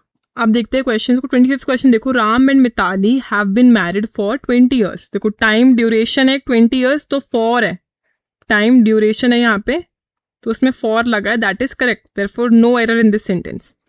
Since the 15 minutes that she drives, she confesses that she feels like a woman with wings. Time duration दिया है फिर से आपको 15 minutes, है ना। एक पीरियड ऑफ टाइम है, एक ड्यूरेशन ऑफ टाइम है, तो उसके साथ हम यूज करते हैं सिंस नहीं यूज करेंगे, we use for in that sense. तो error is in A portion. For या फिर ड्यूरिंग भी यूज करते हैं, ठीक है, ड्यूरिंग। नेक्स्ट क्वेश्चन देखो अब, he had been doing the job of a physician during the 1990s। 1990s एक बेसिकली आपका पूरा 90s हो गया, 90s का जो टाइम पीरियड होगा, तो उसमें ड्यूरिंग यूज करना है, correct. That is what I want to tell you from this question कि ड्यूरिंग भी यूज कर सकते हो आप अगर आप ड्यूरेशन की बात कर रहे हो। During the 15 minutes, for the 15 minutes, ऐसे करके दिस इज ऑल्सो करेक्ट। तो this is what I want to tell you. इसमें ना ही हैज बीन डूइंग होना चाहिए, error is in A portion, has been doing होगा ना कि had been doing. Had been जब लगेगा जब कोई पास्ट का भी एक्शन होएगा, फिर पास्ट परफेक्ट होएगा। सो error is in A portion. आते हैं नेक्स्ट रूल पे, that is the rule of unless versus until. अब बड़ा डाउट रहता है कि मैम कब तो अनलेस यूज करे, कब अंटिल। तो क्लियर करते हैं पहली चीज, तो ये समझो कि ये दोनों जो है ना नेगेटिव वर्ड्स हैं, यानी इनके साथ जो सेम क्लॉज होगा ना सेंटेंस का, उसमें नॉट नहीं आएगा, उसको नेगेट नहीं करेगी कोई बात। जैसे अगर मैं बोलूं unless you do not do the work, अगर ये सेंटेंस तुम्हें दिखे तो ये समझो कि ये गलत है। क्यों? अनलेस अपने आप में एक नेगेटिव कंडीशन लगाता है, उसके साथ तुम सेम क्लॉज में नॉट नहीं यूज करोगे। अगर देखो खुद समझो, अगर दो चीज नेगेटिव नेगेटिव हो गई, अगर मैं 2 बार मना कर दूं तो वो चीज हाँ हो जाती है, it becomes yes. That is why आपका जो मीनिंग जो आप कन्वे करना चाह रहे हो सेंटेंस में, वो सही नहीं बैठता। तो ये चीज़ याद रखना। नेक्स्ट इज कब अनलेस यूज़ करना है, कब अनटिल यूज़ करना है। अनलेस जो है वो है action oriented, it demands a certain action from you. Until जो है टाइम ओरिएंटेड, यानी जब तक ये नहीं हो जाता तब तक वाला सीन जो होता है। एग्जाम्पल देखो, unless you won't understand this concept unless you pay attention in class, we won't go to the picnic unless the weather improves, I can't lend you money unless you give me something as collateral. Until के example देखो, we waited at the station until the train arrived, you can stay here until your parents pick you up, I worked on the project until midnight to meet the deadline. तो यानी time oriented कि जब तक ये time नहीं आ जाता, तो ये समय नहीं आ जाता, तब तक ये काम नहीं होएगा। अब देखते हैं question, the police are working hard until they are able to arrest the culprits. Until इसमें लिखा है, चेक करो इसका आंसर क्या होगा। Until they are able to यानी till the time culprits are not caught, तब तक करेंगे ना, उस समय तक जब तक आपके कल्प्रिट्स नहीं पकड़े जाते। तो एरर इसमें आप देखा जाए तो बिल्कुल ठीक सेंटेंस है, there is no error in this sentence. So error is in, basically आपका नो एरर आंसर है, तो D is the answer. Next question, सबका आंसर आना चाहिए अब इसका। The children are not allowed to use swimming pool unless they are with an adult. तो एक कंडीशन लगा दिए ना, unless they are with an adult, this is the required condition, prerequisite है, एक रिक्वायर्ड कंडीशन लगा दी गई है। सो बताओ इसका आंसर क्या है। बिल्कुल ठीक, answer is D, no error, because ये एक्शन ओरिएंटेड है, action oriented. Coming on to the very important rule of inversion now. ये क्या कहता है, देखो आपको नॉर्मली सेंटेंस का ऑर्डर क्या होता है कि आप एक सब्जेक्ट होता है, एक वर्ब होता है, फिर एक ऑब्जेक्ट आता है। This is what you normally see, जैसे he plays daily, he plays football daily या ही प्लेज फुटबॉल, तो subject plus verb plus object. अगर हम बात करें कि ये रूल एक एक्सेप्शन में भी आएगा कि आपको इन्वर्जन दिखेगा, यानी वर्ब पहले दिखेगा फिर सब्जेक्ट दिखेगा। This is what is important, ये होगा कब वो समझो। अब when you see words like scarcely, rarely, hardly, never और सेल्डम, नोट डाउन कर लो इनको, स्टार मार्क कर लो। जब भी ये दिखेंगे उसके साथ आप देखोगे कि आपका वर्ब पहले आएगा फिर सब्जेक्ट आएगा। Scarcely, had the work been done, had the work been done, ठीक है, ऐसे करके। या फिर hardly, did he see the question when the teacher asked him to answer, when the teacher asked him to answer. तो this is what you see. Hardly लगते क्या हो गया, डिड देखो पहला आपका वर्ब आया है फिर आपका सब्जेक्ट आया है, this is what it changes. ये इनका कमाल है, ये आपके नॉर्मल सब्जेक्ट वर्ब ऑर्डर को चेंज करके वर्ब प्लस सब्जेक्ट कर देते हैं। इसी के साथ एक बहुत ही इंपॉर्टेंट वर्ड है सेल्डम, पे थोड़ा ध्यान देंगे हम। सेल्डम का मतलब होता है कभी कभी, यानी रेयरली इसका मतलब होता है वैसे तो, but it is used in two ways. ये एक बोनस रूल है, मिनी रूल है, अपना लेके जाओ। सेल्डम इफ एवर या सेल्डम और नेवर, ये दोनों करेक्ट फॉर्म्स, यानी अगर कभी भी हुआ हो, अगर कभी भी हुआ है, तो यानी अगर कभी भी हुआ है तो बहुत ही मुश्किल चांस है, यानी रेयरली हुआ होगा।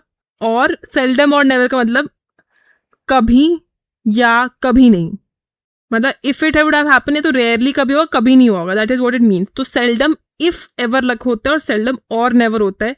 ये चीज याद रखना कि कुछ भी सेल्डम और एवर ये कोई भी सेंटेंस में नहीं आएगा, ये गलत होता है, it is not mean anything. This is the two right forms of it. अब देखते PYQ के। देखो तुमने अभी दो वर्ड सीखे थे, हार्डली सीखा था, बट आपको समझना पड़ेगा कि हार्डली और हार्ड में बहुत डिफरेंस है। हार्ड मतलब होता है सिंपली समथिंग विच इज मतलब बेसिकली मुश्किल, difficult work to do, difficult work to do. और हार्डली मतलब जो चीज़ अभी मिली ही नहीं है, यानी ऑलमोस्ट हार्डली, या फिर जो बेसिकली थोड़ी सी कोई चीज़ अगर आपको मिले वो हार्डली होती है। तो अब देखो 76 question, this hardly won liberty was not to be lightly abandoned. अब लिबर्टी अगर आपने जीती है तो वो हार्डली वर्न होगी या हार्ड अर्न होगी, that is what the question is. Yes, error is in A portion, this should B hard one liberty, यानी मुश्किल से कमाई गई लिबर्टी। हार्डली वन लिबर्टी मतलब होगा जो अभी तक स्कार्सली, मतलब जो मिली ही नहीं है, बहुत ही थोड़ी बहुत मिली है, थोड़ी बहुत मिली हुई liberty, which is not make sense. So hard won liberty होगी, इसमें error is in A portion. तो ये भी ध्यान रखना है, ब्लाइंडली इस हार्डली, स्कार्सली, रेयरली को देख के इन्वर्जन मत ढूंढने लगना। ये भी चेक करो बाकी जी सेंटेंस में करेक्ट है या नहीं है।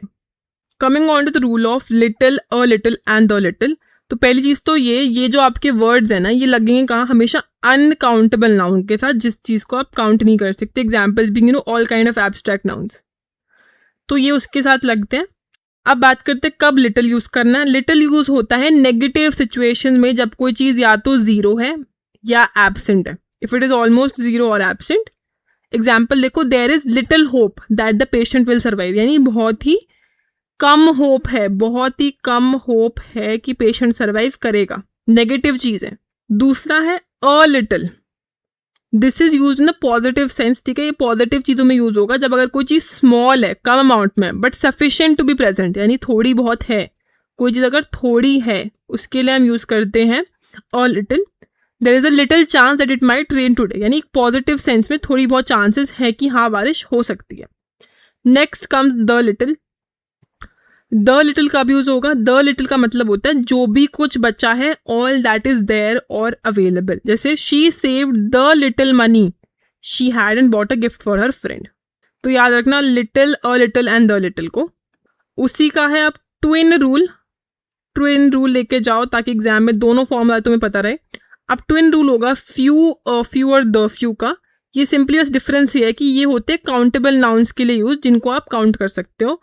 सेम चीज अप्लाई करनी है, सेम लॉजिक, कि जैसे फ्यू है वो होगा नेगेटिव सिचुएशन में यूज। फॉर एग्जाम्पल, अगर जिसका मतलब होगा कि ऑलमोस्ट जीरो और absent, few students pass the exam. Next देखो अ फ्यू लगेगा समथिंग स्मॉल बट सफिशिएंट, वो पॉजिटिव सेंस में यूज करोगे आप सेंटेंस में। A few students asked thoughtful questions after lecture. अब बात करते हैं द फ्यू की। द फ्यू का मतलब है जो भी कुछ बचा है, ऑल दैट इज देयर और available, the few remaining tickets for the concert sold out with in minutes.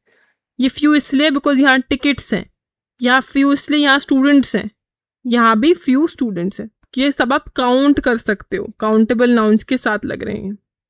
आज आप PYQ देखते हैं। For most food park marketing initiatives are restricted to a few 100 kilometres. तो अ फ्यू है, a few आप याद करोगे। पहली बात तो पहली चीज चेक करना है काउंटेबल है, हाँ है, बिल्कुल सही है, किलोमीटर्स है। दूसरी चीज पॉजिटिव सेंस में, जिसका मतलब थोड़ा, बिल्कुल है, दैट इज ऑल्सो फाइन। तो अ फ्यू का जो यूज है इसमें वो ठीक है। तो एरर हुआ किसी और पार्ट में, वो भी चेक कर लेते हैं। फॉर मोस्ट फूड पार्क, अब मोस्ट के साथ ये प्लूरल लगेगा ना, मोस्ट फूड पार्क होना चाहिए, error is in A portion. Next question number 71, इसका आंसर सबका आना चाहिए। अब लॉजिक वही अप्लाई करना है। फ्यू के साथ देखो if it is use properly और not. Except for few days in a year during the monsoon the river can not flow on its own. ये होगा फॉर, बताओ क्या है इसका आंसर। एग्जैक्टली फॉर फ्यू नहीं होगा, फ्यू तो नेगेटिव सेंस में, यानी जीरो, यानी एक भी दिन नहीं जाती। अ फ्यू होगा क्योंकि थोड़े बहुत दिन तो साल में जाती है। It does flow for a few days in a year during the monsoon season. Next rule is with versus by. कब विद लगाना है, कब बाय लगाना है, बड़ा एक सिंपल सा लॉजिक है। ये है, अगर आप विद यूज करो that you're using for non living things, by करोगे तो लिविंग थिंग। जैसे wipe your mouth with a tissue and the book is written by Ahmad.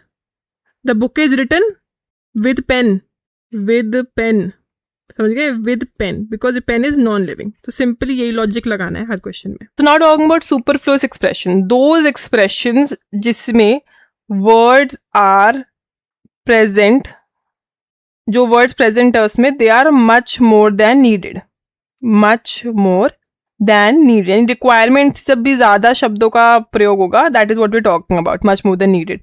यानी अगर उनमें से कोई एक वर्ड हटा दिया जाए तो मीनिंग तब भी सेम कन्वे होगा। जैसे सपोज, इफ, दोनों का मतलब होता है टू अज्यूम, टू सपोज और टू बेसिकली इफ करना। फाइनल कंक्लूजन, कंक्लूजन है तो फाइनली होगा। Past history, history anyways past में होगी, फ्यूचर हिस्ट्री कुछ नहीं होता। कजन ब्रदर भी एग्जाम्पल है, कजन होगा या ब्रदर होगा सिंपली। फ्यूचर प्लान्स, प्लान तो एनीवेज फ्यूचर में होगा, पास्ट को कैसे प्लान कर सकते हो तुम, है ना, नहीं कर सकते। एंड रिजल्ट, रिजल्ट तो एंड में ही आता है, स्टार्टिंग में कोई रिजल्ट नहीं आता। प्रीवियस रिकॉर्ड्स तो बनाए जाते हैं तभी जाके वो नेक्स्ट टाइम टूटेंगे। म्यूचुअल एग्रीमेंट, अग्रीमेंट अगर आया है, सिंपली बात है, अगर अग्रीमेंट आया है it has to be mutual. अगर म्यूचुअली नहीं है तो अग्रीमेंट कैसा? फ्री गिफ्ट्स, गिफ्ट्स तो फ्री ही होते हैं. Gifts are anyways free. अगर पैसे ले लिए तो गिफ्ट कैसे हुआ, है ना? So these are all incorrect in English language. ये याद रखना. Now let us solve the few important PYQs. तो देखो, I did not want to listen to him, but he was adamant and discussed about the matter. या फिर D, no error. इसमें देखो बहुत ध्यान से देखो, it is error in C portion. Discussed the matter होगा simply. About नहीं होना चाहिए. It is always discussed the matter, which is correct. About एक तरीके से इसमें extra word है, जिसकी कोई requirement नहीं है. नेक्स्ट क्वेश्चन देखो, the matter was been resolve after long deliberations among the members of the team. इसमें लॉन्ग डिलिब्रेशन इज राइट, पहली चीज तो, बिकॉज डिलिब्रेशन के बारे में डिस्क्रिप्शन दिया, that is they were long. इसमें एरर देखो, वॉज बीन रिजॉल्व क्या होता है? हैज बीन रिजॉल्व होना चाहिए, सिंपली हैज आना चाहिए.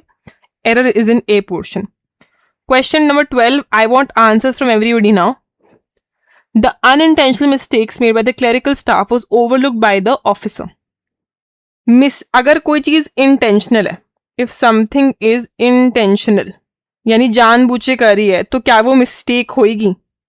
नहीं, वो मिस्टेक नहीं होगी. तो मिस्टेक सर एनीवेज अनइंटेंशनल ही होगी, तभी वो मिस्टेक है.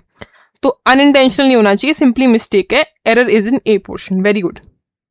Next we have is when we talk about expressions of quantity. अब ये क्वांटिटी कैसी हो सकती है? This can be distance also, this can be time also, this can be height, weight, any kind of quantity we are talking about here. It can take singular also and plural verb also. Case समझो कैसे. अगर मैं बात करूँ for example distance ले लेते हैं. If a distance is covered only in one way, यानी मैंने for example I am travelling from A to B by car, तो वन वे हो गया सिर्फ बाय कार, तब ये लेगा सिंगुलर वर्ब, क्योंकि there is only one way of doing it. But if I am traveling from A to B and I am using, पहले initially मैंने कार यूज करी, फिर मैंने बस यूज करी, फिर साइकिल यूज करी, that means I am using many ways. तो many ways होगा तो plural verb लगेगा. First point is this. So हम ध्यान किस चीज पे दे रहे हैं? हम दे रहे हैं emphasis on what we are talking about. Sentence में बात किस चीज की हो रही है? जैसे इसमें देखो, $10 is a lot of money.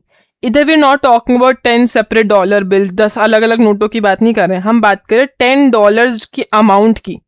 We talking about that sum of money, तभी हमने यहाँ यूज करा है सिंगुलर वर्ब.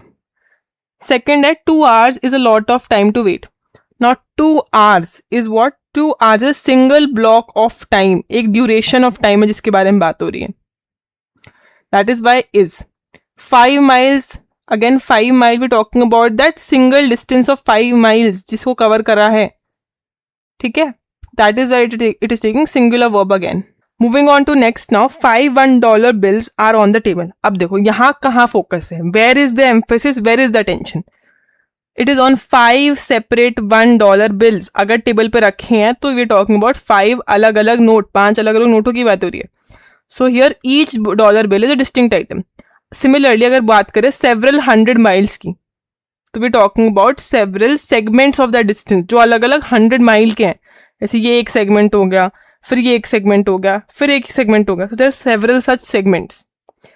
तो attention is again plural verb पे है, देयरफॉर यहाँ पे वर्ब भी प्लूरल लगेगा. हम बात कर रहे हैं अलग अलग सेगमेंट्स की ऑफ डिस्टेंस. अब बात करते हैं रिलेटिव प्रोनाउन की. तो रिलेटिव प्रोनाउंस आपको मोस्टली दिखेंगे to give you know what additional information about the noun, यानी एक सेपरेट क्लॉज में ऐड करके दिखेंगे.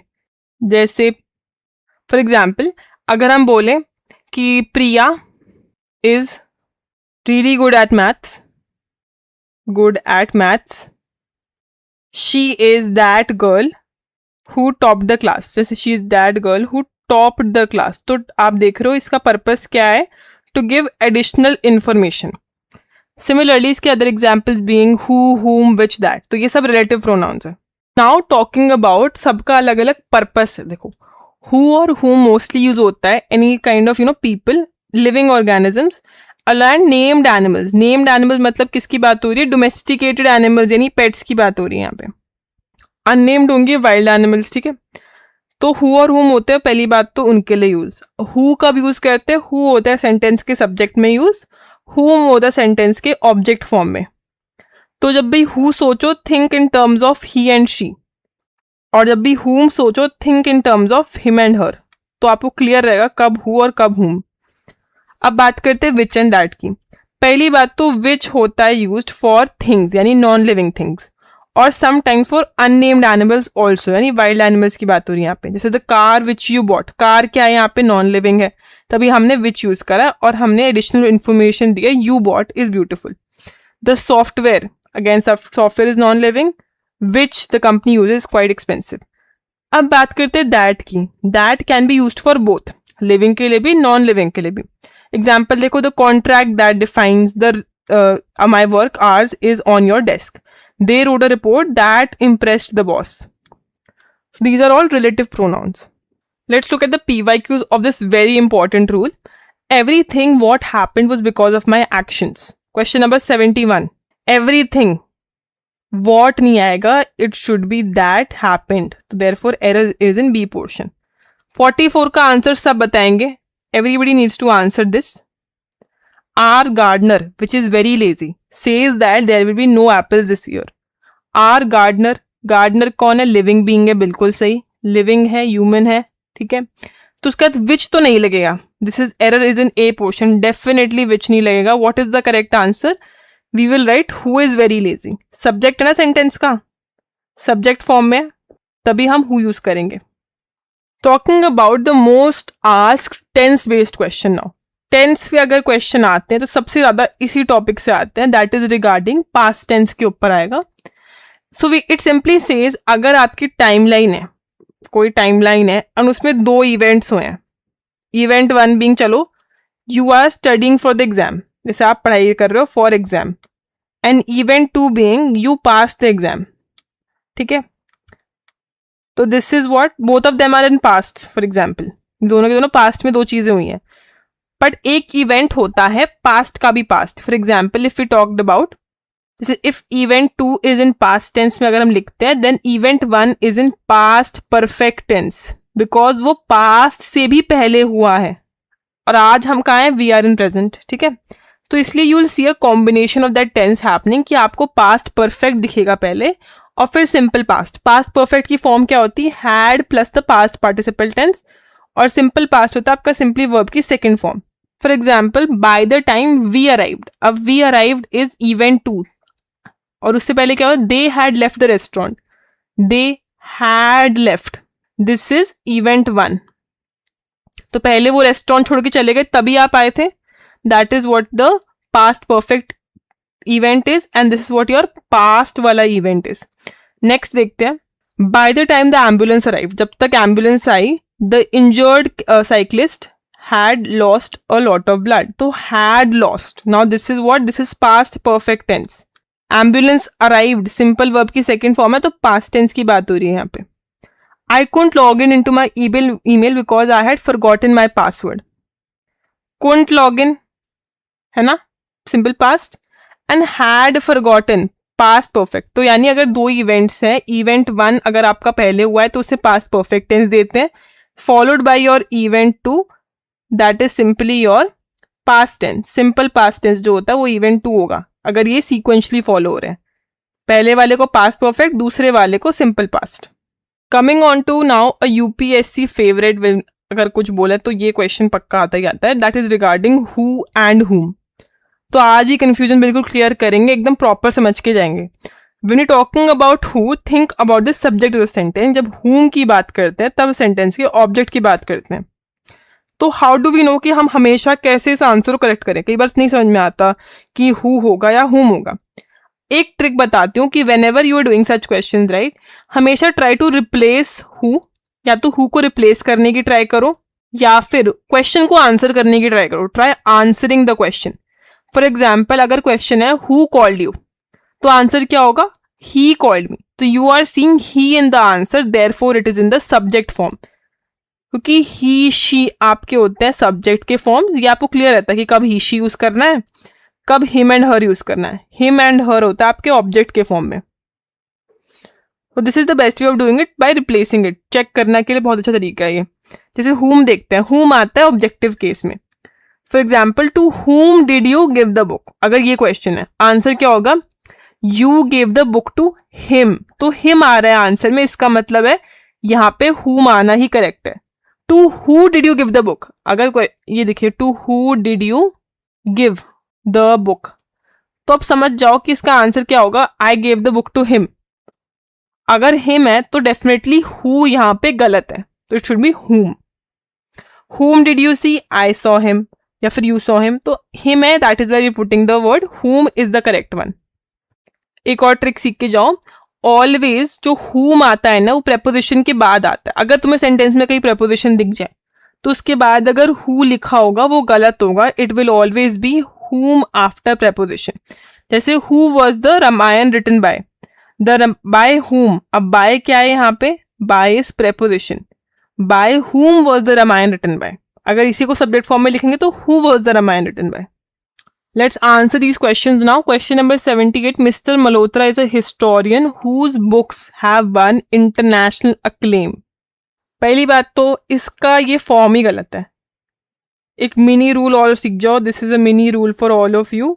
हु इज मतलब अगर आपको पोजेशन दिखाना है हु के साथ तो उसका पोजेसिव फॉर्म होता है हुज। स्टार मार्क करके नोट डाउन करो, error is in B portion, it should be whose instead of who's. Next question 45. Who do you wish to see, answer चाहिए इसका। Everyone should be able to answer this question.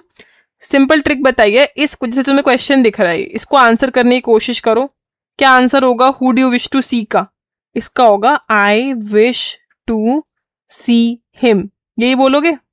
तो जहां तुम्हें him दिख रहा है तुम्हें समझ जाना चाहिए कि it should B whom do you wish to see. Error is in A portion. This is the one of the most reliable tricks to go for. Somebody who I enjoy reading is Tagore. देखो ये question अब directly आप इसे किसी question form में नहीं convert कर सकते, but if you think about it, अगर आप टैगोर को रिप्लेस करना हो तब कैसे करोगे? Somebody who I enjoy reading is him. Him कह सकते हैं हम, तो आई या फिर सिंपली बोलो whom do you enjoy reading? I enjoy reading him. तो यहाँ पे who नहीं होना चाहिए, it should B whom. Error is in B portion. को इसको जो टैगोर है he is in the third person, right? That is why answer here will be somebody whom I enjoy reading is Tagore. Next rule for all of you is beside versus besides. देखो beside होता है एक preposition, beside होता है एक preposition जिसका मतलब होता है by the side of, ये दिखाता है किसी सब्जेक्ट की पोजिशन। जैसे Sonia is dancing beside Rahul, इधर if this is Sonia then this is Rahul, they are basically dancing beside each other. पर अगर इसमें s लग जाता है इसका मतलब हो जाता है in addition to. Sonia has other friends besides Rahul, यानी राहुल के अलावा, इन एडिशन टू राहुल उसके और भी दोस्त हैं। अब आते हैं बोथ पर। पहली बात, बोथ जो है एक पॉजिटिव वर्ड है, तुम्हें ये पता होना चाहिए, और इसके साथ जो है हम नॉट का यूज नहीं करते, don't use not with both. अब आते हैं सेकेंड बात पे, it is mostly followed by a conjunction called and. Both के साथ एंड ही आता है, इट्स लाइक अ पेयरिंग, कि अगर कोई कंजंक्शन आना होगा ना बोथ के साथ वो एंड ही होगा। तुम कभी बोथ के साथ और नहीं देखोगे, बोथ के साथ अगर कोई कंजंक्शन आएगा तो वो एंड ही आएगा। क्या क्या कनेक्ट कर सकता है बोथ? ठीक है, नाउन और नाउन को कनेक्ट कर सकता है, दो नाउन्स के बारे में बात हो सकती है, जैसे both Alice and Susan have to comply with the rules. दो एडजेक्टिव्स बता सकता है, जैसे ही इज बोथ स्मार्ट एंड रिसोर्सफुल, दोनों एडजेक्टिव्स हैं। या फिर अगर हम बात करें बोथ हिज पेरेंट्स या बोथ ऑफ हिज पेरेंट्स, ऐसे भी बोल सकते हैं, आर अलाइव। या फिर the teacher is always looking at both of us, है ना, both of us, both of you, both of them. तभी दो लोगों के बारे में बात होती है, it is mostly used for two only, दो लोगों के लिए हम बोथ का इस्तेमाल करते हैं। Another very important rule is between versus among, very important है, स्टार मार्क करो इसको। पहली चीज तो देखो बिटवीन यूज होता है किसके लिए? When we are talking about two people. अगर दो से ज्यादा है तो हम यूज करते हैं among, that is what you should remember first thing. The secret should stay between you and मी। अब इसमें अगर तुम्हें अमंग दिख रहा है ना, अगर कहीं अमंग है क्वेश्चन में ऐसे में, तो it is wrong, it should be between only, because there are two people ना, you and me. The office located between the post office and the bank, तो between post office and bank, तो between लगेगा इसके साथ भी। Among देखो, she felt happy when she was among friends, friends क्या है? More than two people. The secret agent moved stealthily, stealthily का मीनिंग बता, चलो वो कैब सेक्शन जो इन्होंने करके आए उनको पता है स्टेल्थली का meaning. Among the crowd, now crowd is again more than 2 people. अब इसमें आते एक छोटा सा एक्सेप्शनल रूल भी है, वो भी सीख के जाओ। दैट इज अगर तुम्हारी दोनों पार्टीज नोन है, and by known I mean universally known parties की अगर बात करें, ये स्पेसिफिकली ना तुम्हें दिखेगा कि कहाँ जहाँ ट्रीटीज होते हैं दो कंट्रीज के बीच में या अग्रीमेंट्स होते हैं, तो in that case when you talk about countries वहां पे तुम बिटवीन यूज कर सकते हो। जैसे the treaty has been signed between, देखो बिटवीन यूज हो रहा है, India, USA and China, 3 universally known parties, everyone knows them, तो between is right here. Coming on to the PYQs now, देखो please note that the interview for the post shall be held on June 15, 2019 between 10 AM to 2 PM। Answer आना चाहिए सबका इस question का। और जितने भी लोग कह रहे कि see you're all right, because between के साथ 2 नहीं आता, बिटवीन के साथ आता है and, between 10 AM and 2 PM। Please make a note of this. Next question number 91, iron is the most useful against all metal. Against तो नहीं होगा, अगेंस्ट तो हम यूज करते टू शो कॉन्ट्ररी, कॉन्ट्रडिक्शन दिखाने के लिए यूज करते हैं अगेंस्ट। इसकी जगह आएगा अमंगस्ट, ठीक है। Please make a note of this, error is in C portion. चलो आ जाओ, next rule very important, if versus whether. अब कब इफ करना है यूज, कब वेदर करना है, पहली चीज तो ये, नॉर्मली अगर हम बात करें इफ और वेदर का सेम मतलब होता है। What does that mean? अगर सेम मीनिंग है तो दे आर इंटरचेंजेबल, जहां इफ लगा है वहां वेदर लग सकता है, इंटरचेंज आप कर सकते हो। बट अगर एक वर्ड है और, इफ के साथ कभी भी यू नेवर यूज और, बल्कि वेदर जहां पे आता है उधर आप और यूज कर सकते हो। तो अगर वेदर अगर आपको सेंटेंस में और दिख रहा है, गो फॉर वेदर। अगर और नहीं दिख रहा then you can use if or whether, तब दोनों यूज कर सकते हो। जैसे I don't know whether the result has come or not, देखो यहां और है ना सेंटेंस में, तो इसलिए सिर्फ वेदर ही आ सकता है। अगर सेंटेंस में और नहीं है, for example or does not exist in the sentence, तो तुम इफ करो या वेदर करो, it's the same thing. Coming on to another important concept that is of conditional sentences. अब कंडीशनल सेंटेंसेस में क्या होता है, एक चीज होती है आपको एक कंडीशन दी जाती है कि अगर ये हो जाता, उसके हिसाब से एक रिजल्ट प्रेडिक्ट करा जाता है, ठीक है, एक रिजल्ट बताया जाता है।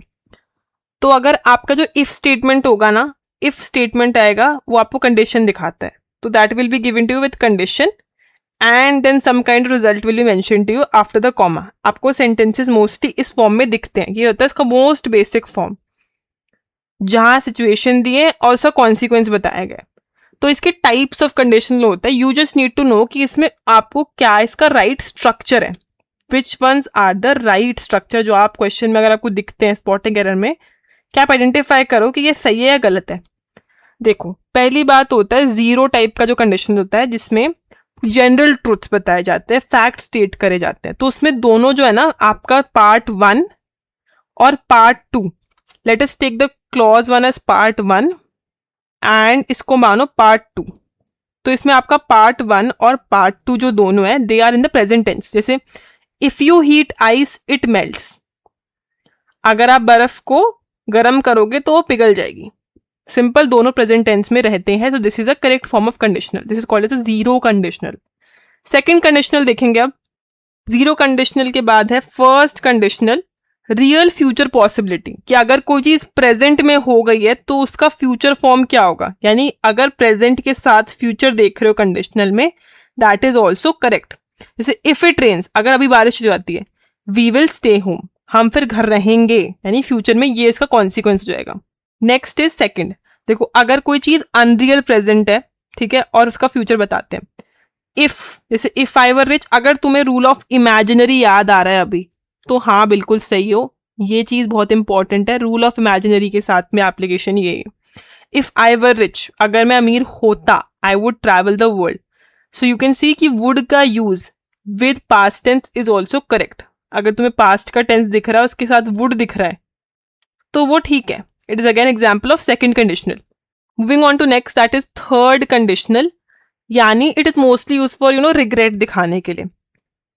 इसमें आपको इफ दिखेगा विद पास्ट परफेक्ट टेंस और वुड दिखेगा, तो यानी पास्ट के साथ वुड भी ठीक है, पास्ट परफेक्ट के साथ भी वुड ठीक है, but then that would be would have.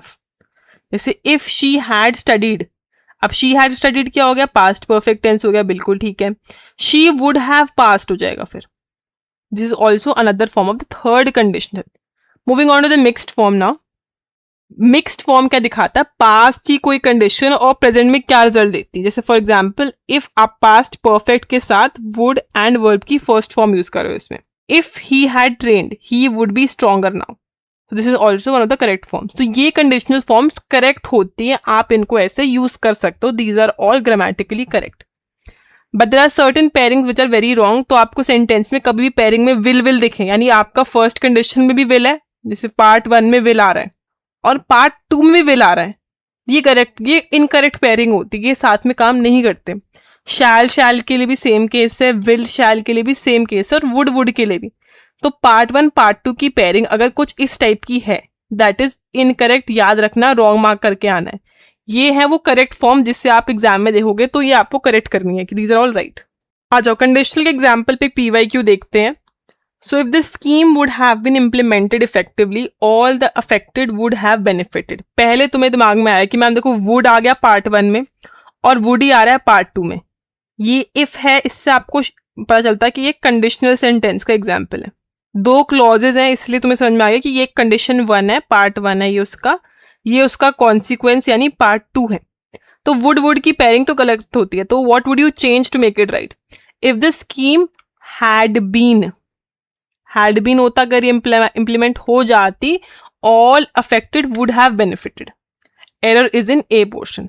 Coming on to now question tag, बहुत ही फन और बहुत ही important topic when it comes to your exam.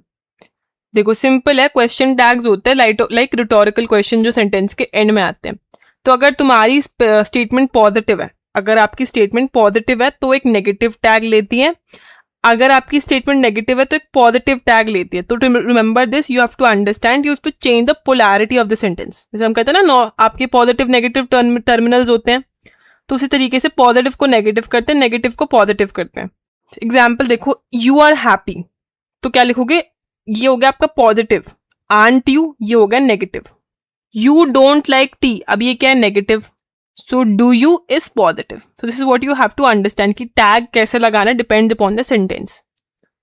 आपको 2 चीजें करनी होती है। अब क्वेश्चन आता है to find out the right tag, सही टैग कैसे पता करें। क्वेश्चन टैग पॉजिटिव नेगेटिव ठीक है, लॉजिक समझ में आ गया, बट कैसे टैग पता करें। पहली चीज है to match the auxiliary verb. देखो क्वेश्चन टैग जो मोस्टली होते हैं, they are used with auxiliary verb और helping verbs. Examples being is, are, have, do, will, can.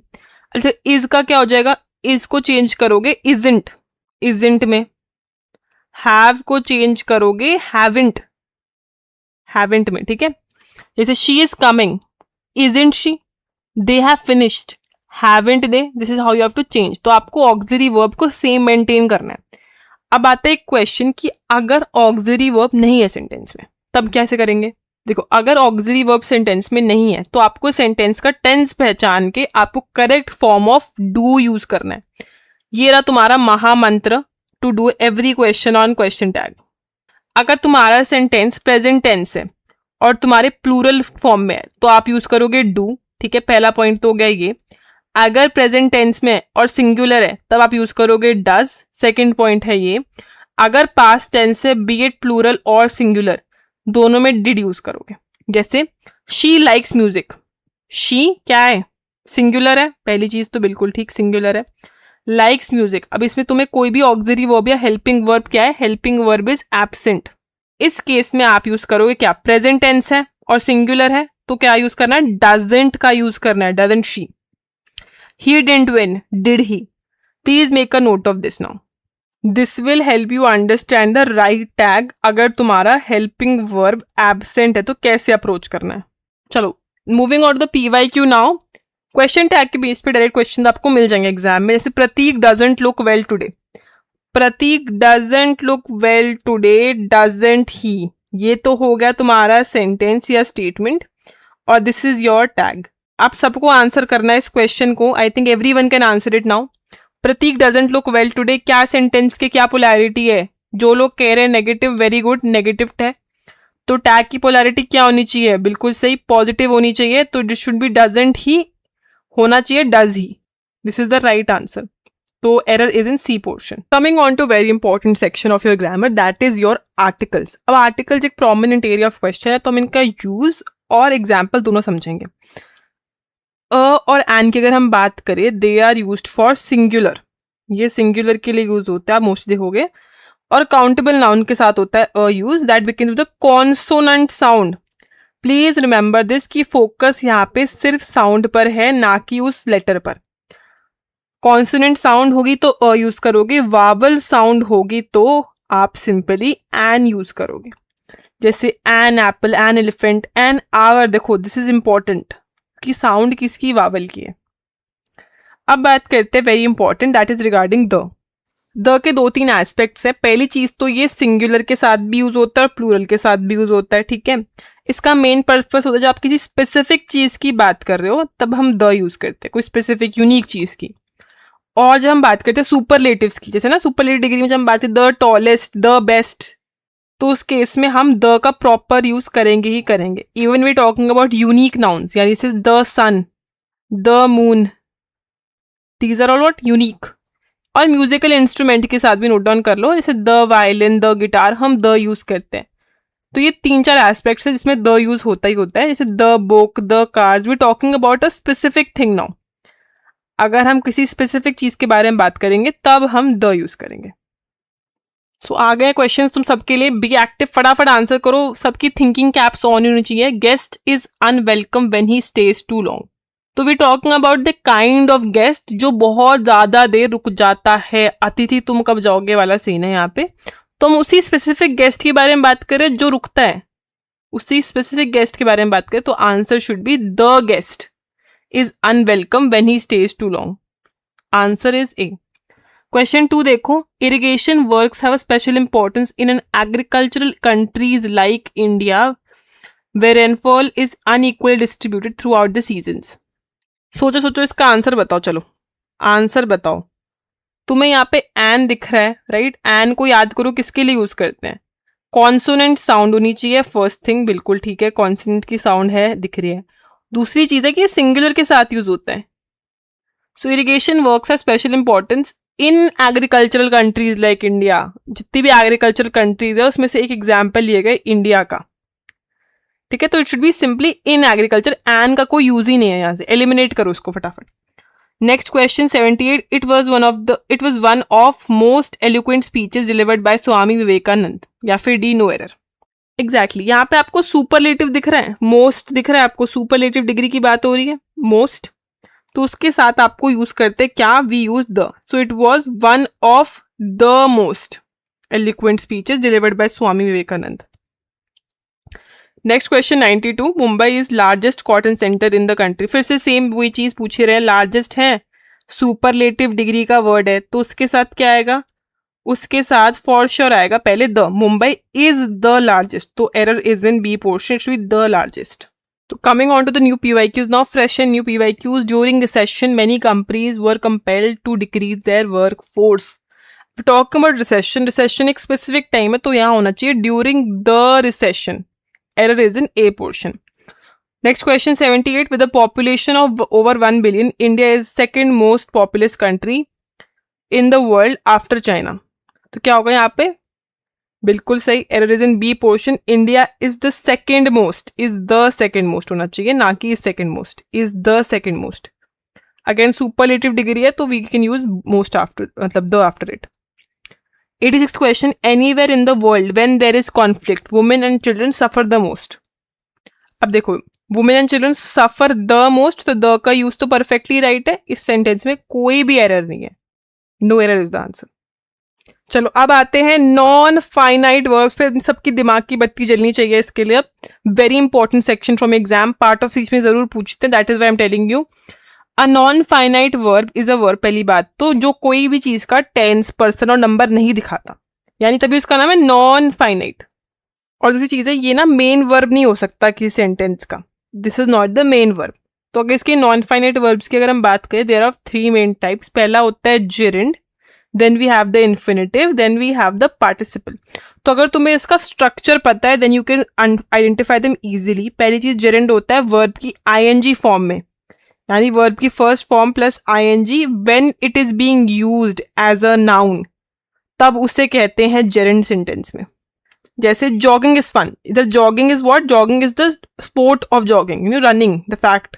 Now running is a great way to stay fit, here we talking about not the act of running, verb की बात नहीं हो रही, भागने की बात, उस एक्ट के बारे में बात नहीं, बल्कि उस running as a hobby, jogging as a hobby और एन एक्टिविटी बात हो रही है। तो इधर we talking about it as a noun, तो इधर वो जेरेंड होता है। तो वर्ब की ING form used as noun is called as gerund.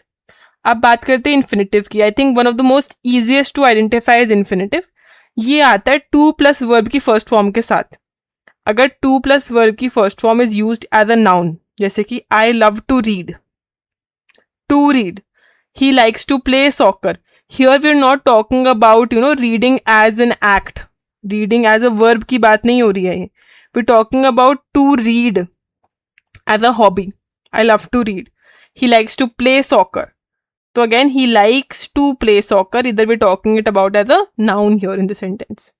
Next है पार्टिसिपल। इसके दो फॉर्म्स हैं, एक को कहते हैं कि पार्टिसिपल के दो फॉर्म्स हैं। यूल सी पेपर में ऑप्शन में आता है पास्ट पार्टिसिपल या प्रेजेंट पार्टिसिपल। तो पास्ट पार्टिसिपल होता है वर्ब की थर्ड फॉर्म, प्रेजेंट पार्टिसिपल होता है वर्ब की आईएनजी फॉर्म जो है हमारी उसको। इनमें से both of them, either of them are being used as an adjective, तो उससे कहते हैं participle. For example the barking dog, इधर डॉग को डिस्क्राइब कर रहा है, कैसा डॉग है, बार्किंग डॉग है, एडजेक्टिव है उसके लिए। द ब्रोकन हार्ट, ये हार्ट है, उसके एडजेक्टिव है ब्रोकन। अब बताओ इसमें प्रेजेंट पार्टिसिपल कौन सा है और पास्ट पार्टिसिपल कौन सा है। ये आपका फर्स्ट है, आपका सेकंड है, राइट वन जो भी आपका आंसर है, and then to whatever your answer is present और पास्ट।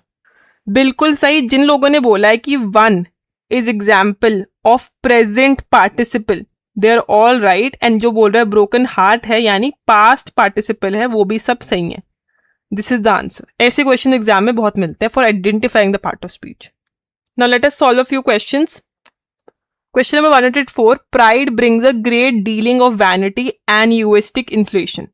Simple है बहुत ही, deal of vanity होगा, इधर जरूरत नहीं थी इसकी dealing की, so error is in B portion. Next question देखो 107। दिस टेस्टिंग मेथड, यानी मेथड कैसा है, टेस्टिंग का मेथड है, requires one two fast overnight after which the fasting blood sugar level is measured. अब ब्लड शुगर लेवल कैसे हैं, जो फास्टिंग वाले होते हैं वो वाले। Here both testing and fasting किसका एग्जाम्पल है, चलो बताओ किस चीज का एग्जाम्पल है, तुम्हारे नॉन फाइनाइट वर्ब जैसे किसका एग्जाम्पल है ये। एग्जैक्टली, ये दोनों एक्ट कर रहे हैं एडजेक्टिव की तरह। तो ये एग्जाम्पल किसके हैं, पार्टिसिपल के। वर्ब की ING form used as your adjective, और पार्टिसिपल भी कौन सा, प्रेजेंट पार्टिसिपल है ये। बिल्कुल सही, तो इसमें कोई एरर नहीं, this sentence is perfectly right. Question number 108। The multiple research studies have led emphasis on the importance of walking to improved glucose control. Walking की बात हो रही है, इधर वॉकिंग क्या है, आइडेंटिफाई करो। Importance of walking, it is being used as a noun, और है क्या, वर्ब की आईएनजी फॉर्म। तो क्या बन गया ये, this is gerund, this is gerund here. To improve नहीं, सिंपली होगा to improve, that is right. तो सी में एरर है, it should be improve. Rahul asked me whether I was interested to joining the group for the trip, it should be whether I was interested to joining नहीं है, simply to join होगा, to join. Error is in C portion. ना talking about parallelism. Parallelism क्या होता है कि basically अगर आप ग्रामर में दो तीन चीजों की बात कर रहे हो साथ में, तो उनका जो ग्रामेटिकल फॉर्म होता है ना, that should remain same. Example देखो, बिल्कुल समझ में आ जाएगा। जैसे अगर मैं बोलूं she loves to dance singing and paintings, देखो यहाँ टू डांस आपका क्या हो गया, इट इज योर इन्फिनेटिव, बिल्कुल सही। सिंगिंग आपका हो गया gerund, and is also gerund. तो देखो इनका फॉर्म अलग अलग हो गया, इन्फिनेटिव, जेरेंड, जेरेंड। तो आपका पैरेललिज्म का रूल ये कहता है कि ये सब सेम फॉर्म है, अगर तो सारे इन्फिनेटिव हो या सारे जेरेंड्स हो। जैसे she loves dancing singing and painting, all gerunds correct form. अगर she loves to dance to sing and to paint, all infinitives again correct. So this is what you have to understand about this rule.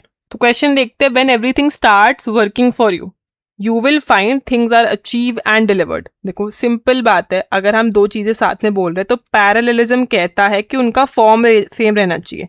यहाँ पे आप एक चीज बोल रहे हो present में, है ना, एक चीज बोल रहे हो पास्ट में, which is not right. It should be achieved and delivered, achieved and delivered. So error is in C portion. Only few more rules to go. तुम्हारे एग्जाम का पावर पैक्ड सेशन है, बिल्कुल सबको अटेंशन देना है, सबको सब रूल समझ के जाना है आज ही क्लास में। टॉकिंग अबाउट रूल्स ऑफ मतलब डिग्रीज ऑफ कंपैरिजन, तो पॉजिटिव डिग्री होती है, एक होती है कंपैरेटिव, एक होती है सुपरलेटिव। पहली चीज समझो, पॉजिटिव डिग्री में वर्ड्स होते हैं सिंपली, अगर हम बात कर रहे हैं एक आइटम की, जैसे टॉल, स्वीट, नाइस, बोल्ड, क्या आके हो गए सिंपल वर्ड, यानी एक ही चीज की बात हो रही है। अगर तुम दो चीजों के बारे में बात करोगे तब आप यूज करोगे कंपैरेटिव डिग्री, जैसे यू ऑलवेज ऐड ER, या फिर आप यूज करते हो मोर और लेस, है ना। और एक वर्ड बड़ा कंपैरेटिव में सबसे इंपॉर्टेंट है दैन, जैसे taller than, more sweetly than, nicer than, bolder than, ऐसे करके। सुपरलेटिव है एनीथिंग मोर देन 2 से ज्यादा कुछ भी होगा तो that is when you use superlative degree. इसमें होता है या तो आप यूज करते हो EST एंडिंग वर्ड्स जैसे नाइसेस्ट, बेस्ट, या फिर आप यूज करोगे मोस्ट और लीस्ट। और इसमें आपको दिखेगा क्या, द पक्का आएगा, रूल याद आ गया आर्टिकल्स वाला, the is always there, the tallest, the most sweetly, the nicest, the boldest, ऐसे करके। दो की पॉइंटर दिमाग में रखना है। पहली चीज तो कि कोई भी डबल कंपैरिजन नहीं होगा, मतलब आप कभी भी नहीं कहोगे more better, that is wrong, या मोस्ट फास्टेस्ट, ये भी गलत है। तो कभी डबल कंपैरिजन हम नहीं करेंगे। दूसरी चीज है, there are certain adjective which are absolute by nature, यानी there is nothing, for example unique, perfect, complete, इनका कोई कंपैरिजन का फॉर्म नहीं होता। There is nothing called as more unique, more unique कुछ नहीं होता, मोर परफेक्ट कुछ नहीं होता, और मोर कंप्लीट भी कुछ नहीं होता, because they are complete in themselves. कोई चीज यूनिक है मतलब सबसे अलग है ही, कोई चीज ज्यादा अलग नहीं हो सकती, ठीक है। This is what you have to remember, absolute adjectives का कभी भी आप कंपैरिजन नहीं करोगे। क्वेश्चन देखते हैं, at the beginning of the 19th century female literacy was extremely low in comparison to the male literacy.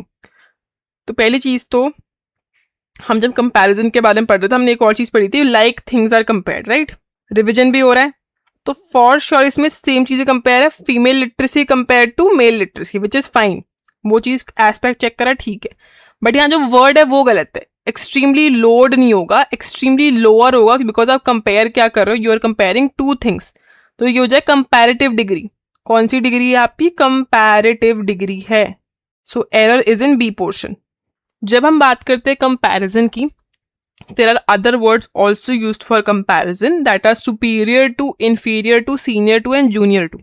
अब इनमें एक स्पेशल फीचर भी है, तो समझो जो भी ये IOR एंडिंग वर्ड्स हैं, इनके साथ और इसके साथ एक और वर्ड है प्रेफरेबल, इसको ऐसे लिख लो, IOR ending words and preferable के साथ आप क्या यूज करते हो, यू ऑलवेज यूज टू। उस केस में आप टू यूज करते हो, ना कि than. You will not use than here, ठीक है, ये याद रखना। इवन दो यहाँ कंपैरिजन हो रहा है, but still you are not using than, you will be using to. ये एक स्पेशल फीचर किसके लिए, IOR एंडिंग वर्ड्स और प्रेफरेबल के लिए। She is superior to him in mathematics, this book is preferable to that one, ये गलत है, कॉमनली देखोगे तुम यूज होते हुए, but this is wrong. She is superior than him is incorrect English, ये याद रखोगे तुम, she is superior to him is correct. Also remember, ये जो IOR एंडिंग वर्ड्स है ना, इनके आगे तुम्हें कोई आर्टिकल नहीं मिलेगा, you will see no article in front of them, so this is also one thing that you have to remember. और नॉर्मली तुम देखोगे ना, दो लोग को बात करते हो in normal day to day language, जो हम बात करते हैं इंग्लिश में, हम बोलते हैं he is a senior of mine. अब ये he is a senior of mine is wrong, this is completely wrong, ठीक है। He is a senior to me in service, this is also incorrect, नहीं आता इनके सामने, simply he is senior to me. Coming on to now PYQs, फटाफट answer करोगे, तुम्हें rule याद होना चाहिए। अब IOR एंडिंग के वर्ड्स एंड प्रेफरेबल जो है आपका वर्ड, इनके साथ आप यूज करते हो to, this is what your major rule says. तो फटाफट आंसर करो इसके, let's see who gets the rule now. He said that he preferred coffee than tea, बिल्कुल ठीक है, कॉफी टू टी होगा, दैन नहीं आता इसके साथ, प्रेफर है ना word. When I asked the guest what she would like to drink, she replied that she preferred, वापस preferred दिख गया, coffee much more than tea, much more नहीं आएगा यहाँ पे, much more than नहीं आएगा, simply to आएगा, preferred coffee to tea, Error is again in C portion. Only few more rules to go, then you will be perfectly equipped for the examination to tackle all kinds of question.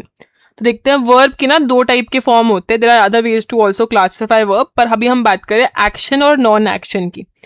Action verb होते हैं Pranshu is teaching, Siya is helping me, और non action होते हैं stative verb जो होते हैं stative. It's a stationary, it is basically your state of being. जब तुम्हें कोई लगे किसी की स्टेट ऑफ बीइंग है, that is your stative verb. जैसे टू हैव एन ओपिनियन है ना, टू हैव एन ओपिनियन. जैसे I know the answer to that question. To know, किसी चीज को जानना, एक स्टेट ऑफ बीइंग है. किसी चीज को ओन करना एक स्टेट ऑफ बीइंग है. एक्शन होता है when you actively doing something. अगर कोई एक्टिवली आप चीज कर रहे हो, तो पहला रूल एक ये चीज है कि आईएनजी फॉर्म में इनका जो स्टेटिव वर्ब होता है उनका कोई आईएनजी फॉर्म नहीं होता. जैसे अगर आपको क्वेश्चन में दिखे I am knowing her, I am knowing of her, अब ये नोइंग नहीं होता. I am knowing is incorrect क्योंकि स्टेटिव वर्ब है. टू नो समबडी ना, to know her is a stating, it's a state of being, जानना किसी को. इट इज नॉट एक्टिवली, कुछ नहीं हो रहा, कोई एक्शन नहीं है ये. तो आई नो हर होना चाहिए सिंपली. इसका कोई आईएनजी फॉर्म नहीं आता स्टेटिव वर्ब का.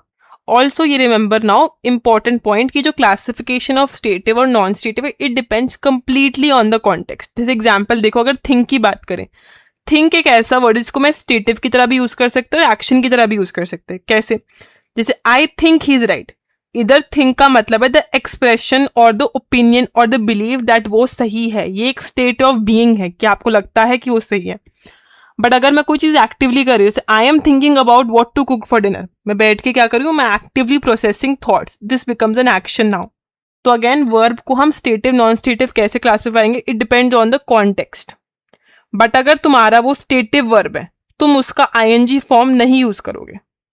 अब करते हैं questions. I am owning 2 houses in Bengaluru. अब टू ओन हाउसेज, किसी चीज की ओनरशिप होना, क्या वो स्टेटिव है या नॉन स्टेटिव? पहला क्वेश्चन तो ये.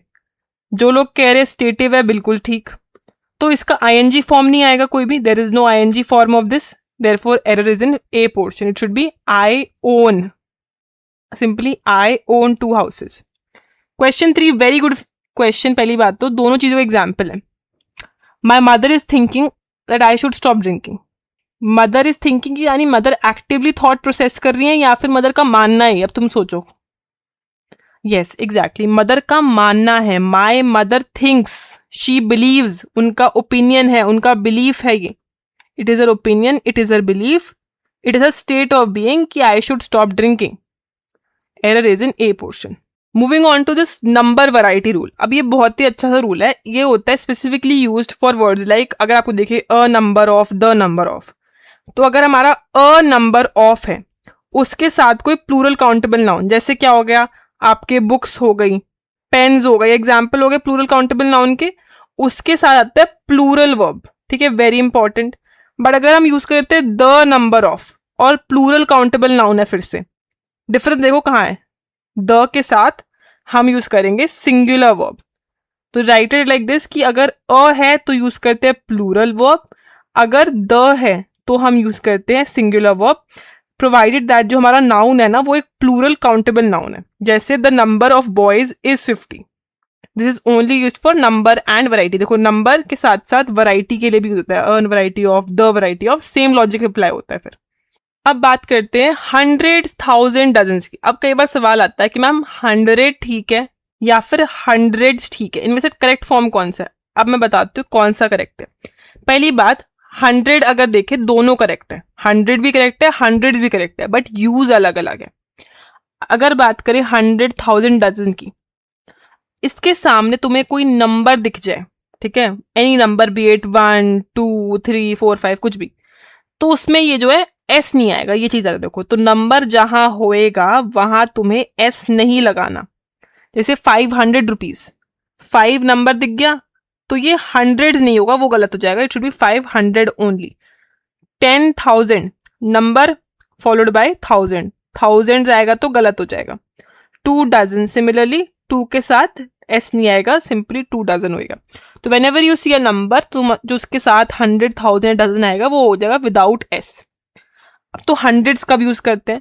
It is basically used with this word of. अगर तुम्हें ऑफ दिखता है तो उसमें आपको मोस्टली दिखता है हंड्रेड्स, थाउजेंड्स, डजन्स. जैसे hundreds of people, thousands of stars, dozens of students. So first thing तुम यहाँ डिफरेंस का दिख रहा है कि यहाँ पे कोई नंबर नहीं है, नंबर कोई है ही नहीं, तो नंबर इज एब्सेंट यहाँ पे. This is how you differentiate between the two. तो अगर तुम्हारा नंबर है तो उसके बाद तुम लिखोगे 100,000 डजन, यानी सिंगुलर फॉर्म यूज करोगे और कोई भी ऑफ नहीं आएगा. अगर 100,000 और डजन है तो तुम्हारा ऑफ आएगा और प्लूरल फॉर्म आएगा और इसमें तुम्हें कोई भी नंबर नहीं दिखेगा. No number is being seen here. This is how you remember it. दोनों को मिक्स नहीं करना, ये चीज याद रखना बस. 500 ऑफ पीपल कुछ नहीं होता, सेवरल हंड्रेड्स ऑफ बुक्स भी कुछ नहीं होता. अब समझ लिया रूल. फटाफट क्वेश्चन नंबर 79 देखो तुम्हारा PYQ. There are 100 of superstitions which survive in the various parts of the country. 100,000 dozen का रूल लगाओ.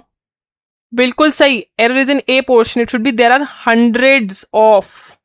यहाँ पे एस आना चाहिए. अगर मेरे को बोलना होता फॉर एग्जाम्पल देयर आर 500 या फिर hundreds of superstitions. So if the sentence is like this. Question अब ये, अब बताओ इसमें 100 होगा या हंड्रेड होगा. देयर आर 500 या 500s. बिल्कुल ठीक. It will be 500s. Hundreds होगा इसमें बिकॉज क्या दिख गया तुम्हें, नंबर दिख गया. नंबर आएगा तो एस लग जाएगा लास्ट में. चलो अब बात करते हैं पोजेसिव प्रोनाउंस की. ये एक ट्रिकी पोर्शन है एग्जाम पॉइंट ऑफ व्यू से, कि जो आपके पार्ट्स ऑफ स्पीच क्वेश्चन है ना उसमें अक्सर पूछ लेते हैं आपको, और मेजरली कहाँ से पूछते हुए बताएंगे. देखो नाउ अब तो तुम्हें समझ में आ चुका है by the end of the class कि सब्जेक्ट और ऑब्जेक्ट प्रोनाउन क्या होते हैं. सब्जेक्ट फॉर्म में होता है ये I you he she it we you they, और ऑब्जेक्ट फॉर्म में होते हैं me you him her it us you them. ये बेसिकली हु को रिप्रेजेंट करते हैं, ये हुम को रिप्रेजेंट करते हैं. ये भी हम सीख चुके हैं टू आइडेंटिफाई. नाउ क्वेश्चन आता है मोस्टली इन दोनों सेगमेंट से to identify it's a possessive adjective या पोजेसिव प्रोनाउन. दोनों पोजेसिव के केस है, दोनों पोजेशन दिखाते हैं, बट एक एडजेक्टिव होता है एक प्रोनाउन होता है. सो प्लीज मेक श्योर आपको डिफरेंस बिल्कुल क्लियर हो कौन सा एडजेक्टिव है कौन सा प्रोनाउन है. My, your, his, her, its, our, your, their, यानी जिसमें भी लास्ट में एस नहीं आ रहा. यहाँ एक कॉमन चीज देखो, लास्ट में एस नहीं है, that is your possessive adjective. यहाँ सिर्फ एक एक्सेप्शनल केस जो तुम्हारा स्पेशल बन के आता है, दैट इज फॉर इट्स. जो इट्स वाला सेगमेंट है उसमें तुम्हें सोचना पड़ता है. You have to here read the sentence and identify the role. यहाँ पे आपको रीड करके रोल ढूंढना पड़ेगा. बट बाकी देखोगे तो mine, yours, his, hers, ours, theirs और theirs. So all these are S से एंड होता है. माइन तो तुम्हें याद रखना पड़ेगा स्टार्टिंग वाला ये. These are all what possessive pronoun. So make this very clear in your head कौन सा एडजेक्टिव है कौन सा प्रोनाउन. तो एग्जाम में अगर क्वेश्चन है आइडेंटिफाई करने के लिए you can easily answer the question. And with this we have come to the end of our class. ये तुम्हारी लास्ट सेट ऑफ PYQs है. तो here you have to check if the pronoun used is correct और not. ठीक है, चलो आ जाओ. लास्ट क्वेश्चन है हमारे. We have completed all the important rules. Since he was going to live in South Korea for some time, he thought he should learn something about their culture. अब देखो right pronoun होता है, आपको reference देखना पड़ता है कि क्या नाउन यूज हो रहा है. यहाँ पे we talking about noun South Korea. तो साउथ कोरिया का देयर कल्चर नहीं होगा, साउथ कोरिया का इट्स कल्चर होगा. Therefore error is in C portion. Write an email to your friend. Answer बताओ इसका फटाफट. Answer, expressing you regret for not being able to attend his birthday party. फटाफट answer in the comment section. बिल्कुल answer is B. It should not be you regret, it should be your regret. Possessive, तुम्हारा रिग्रेट. So with this we have completed all our important rules and their PYQs. ये 40 rules थे तुम्हारे लिए. 40 rules थे तुम्हारे लिए इंग्लिश के ग्रामर के मोस्ट इंपॉर्टेंट रूल, जहां से तुम्हारे 80 to 90% क्वेश्चंस यहीं से सॉल्व हो जाएंगे तुम्हारे स्पॉटिंग एरर्स के. You don't have to do so many endless rules. तुम्हें वही करना है जो एग्जाम में बार बार पूछा जा रहा है. जो रूल्स हर बार पूछे जा रहे हैं एग्जाम में उनको अच्छे से करके जाना है. It will not only help you with spotting errors but fill in the blanks question हो गए तुम्हारे, क्लोज टेस्ट टाइप के क्वेश्चन हो गए. तुम्हें हर क्वेश्चन में हेल्प मिलने वाली इस पर्टिकुलर सेक्शन से. So make sure in 40 rules को तुम्हें बाय हार्ट याद करना है and they should be on your finger tips. Thank you all of you. Thank you so much for attending the session and I hope all of you liked it.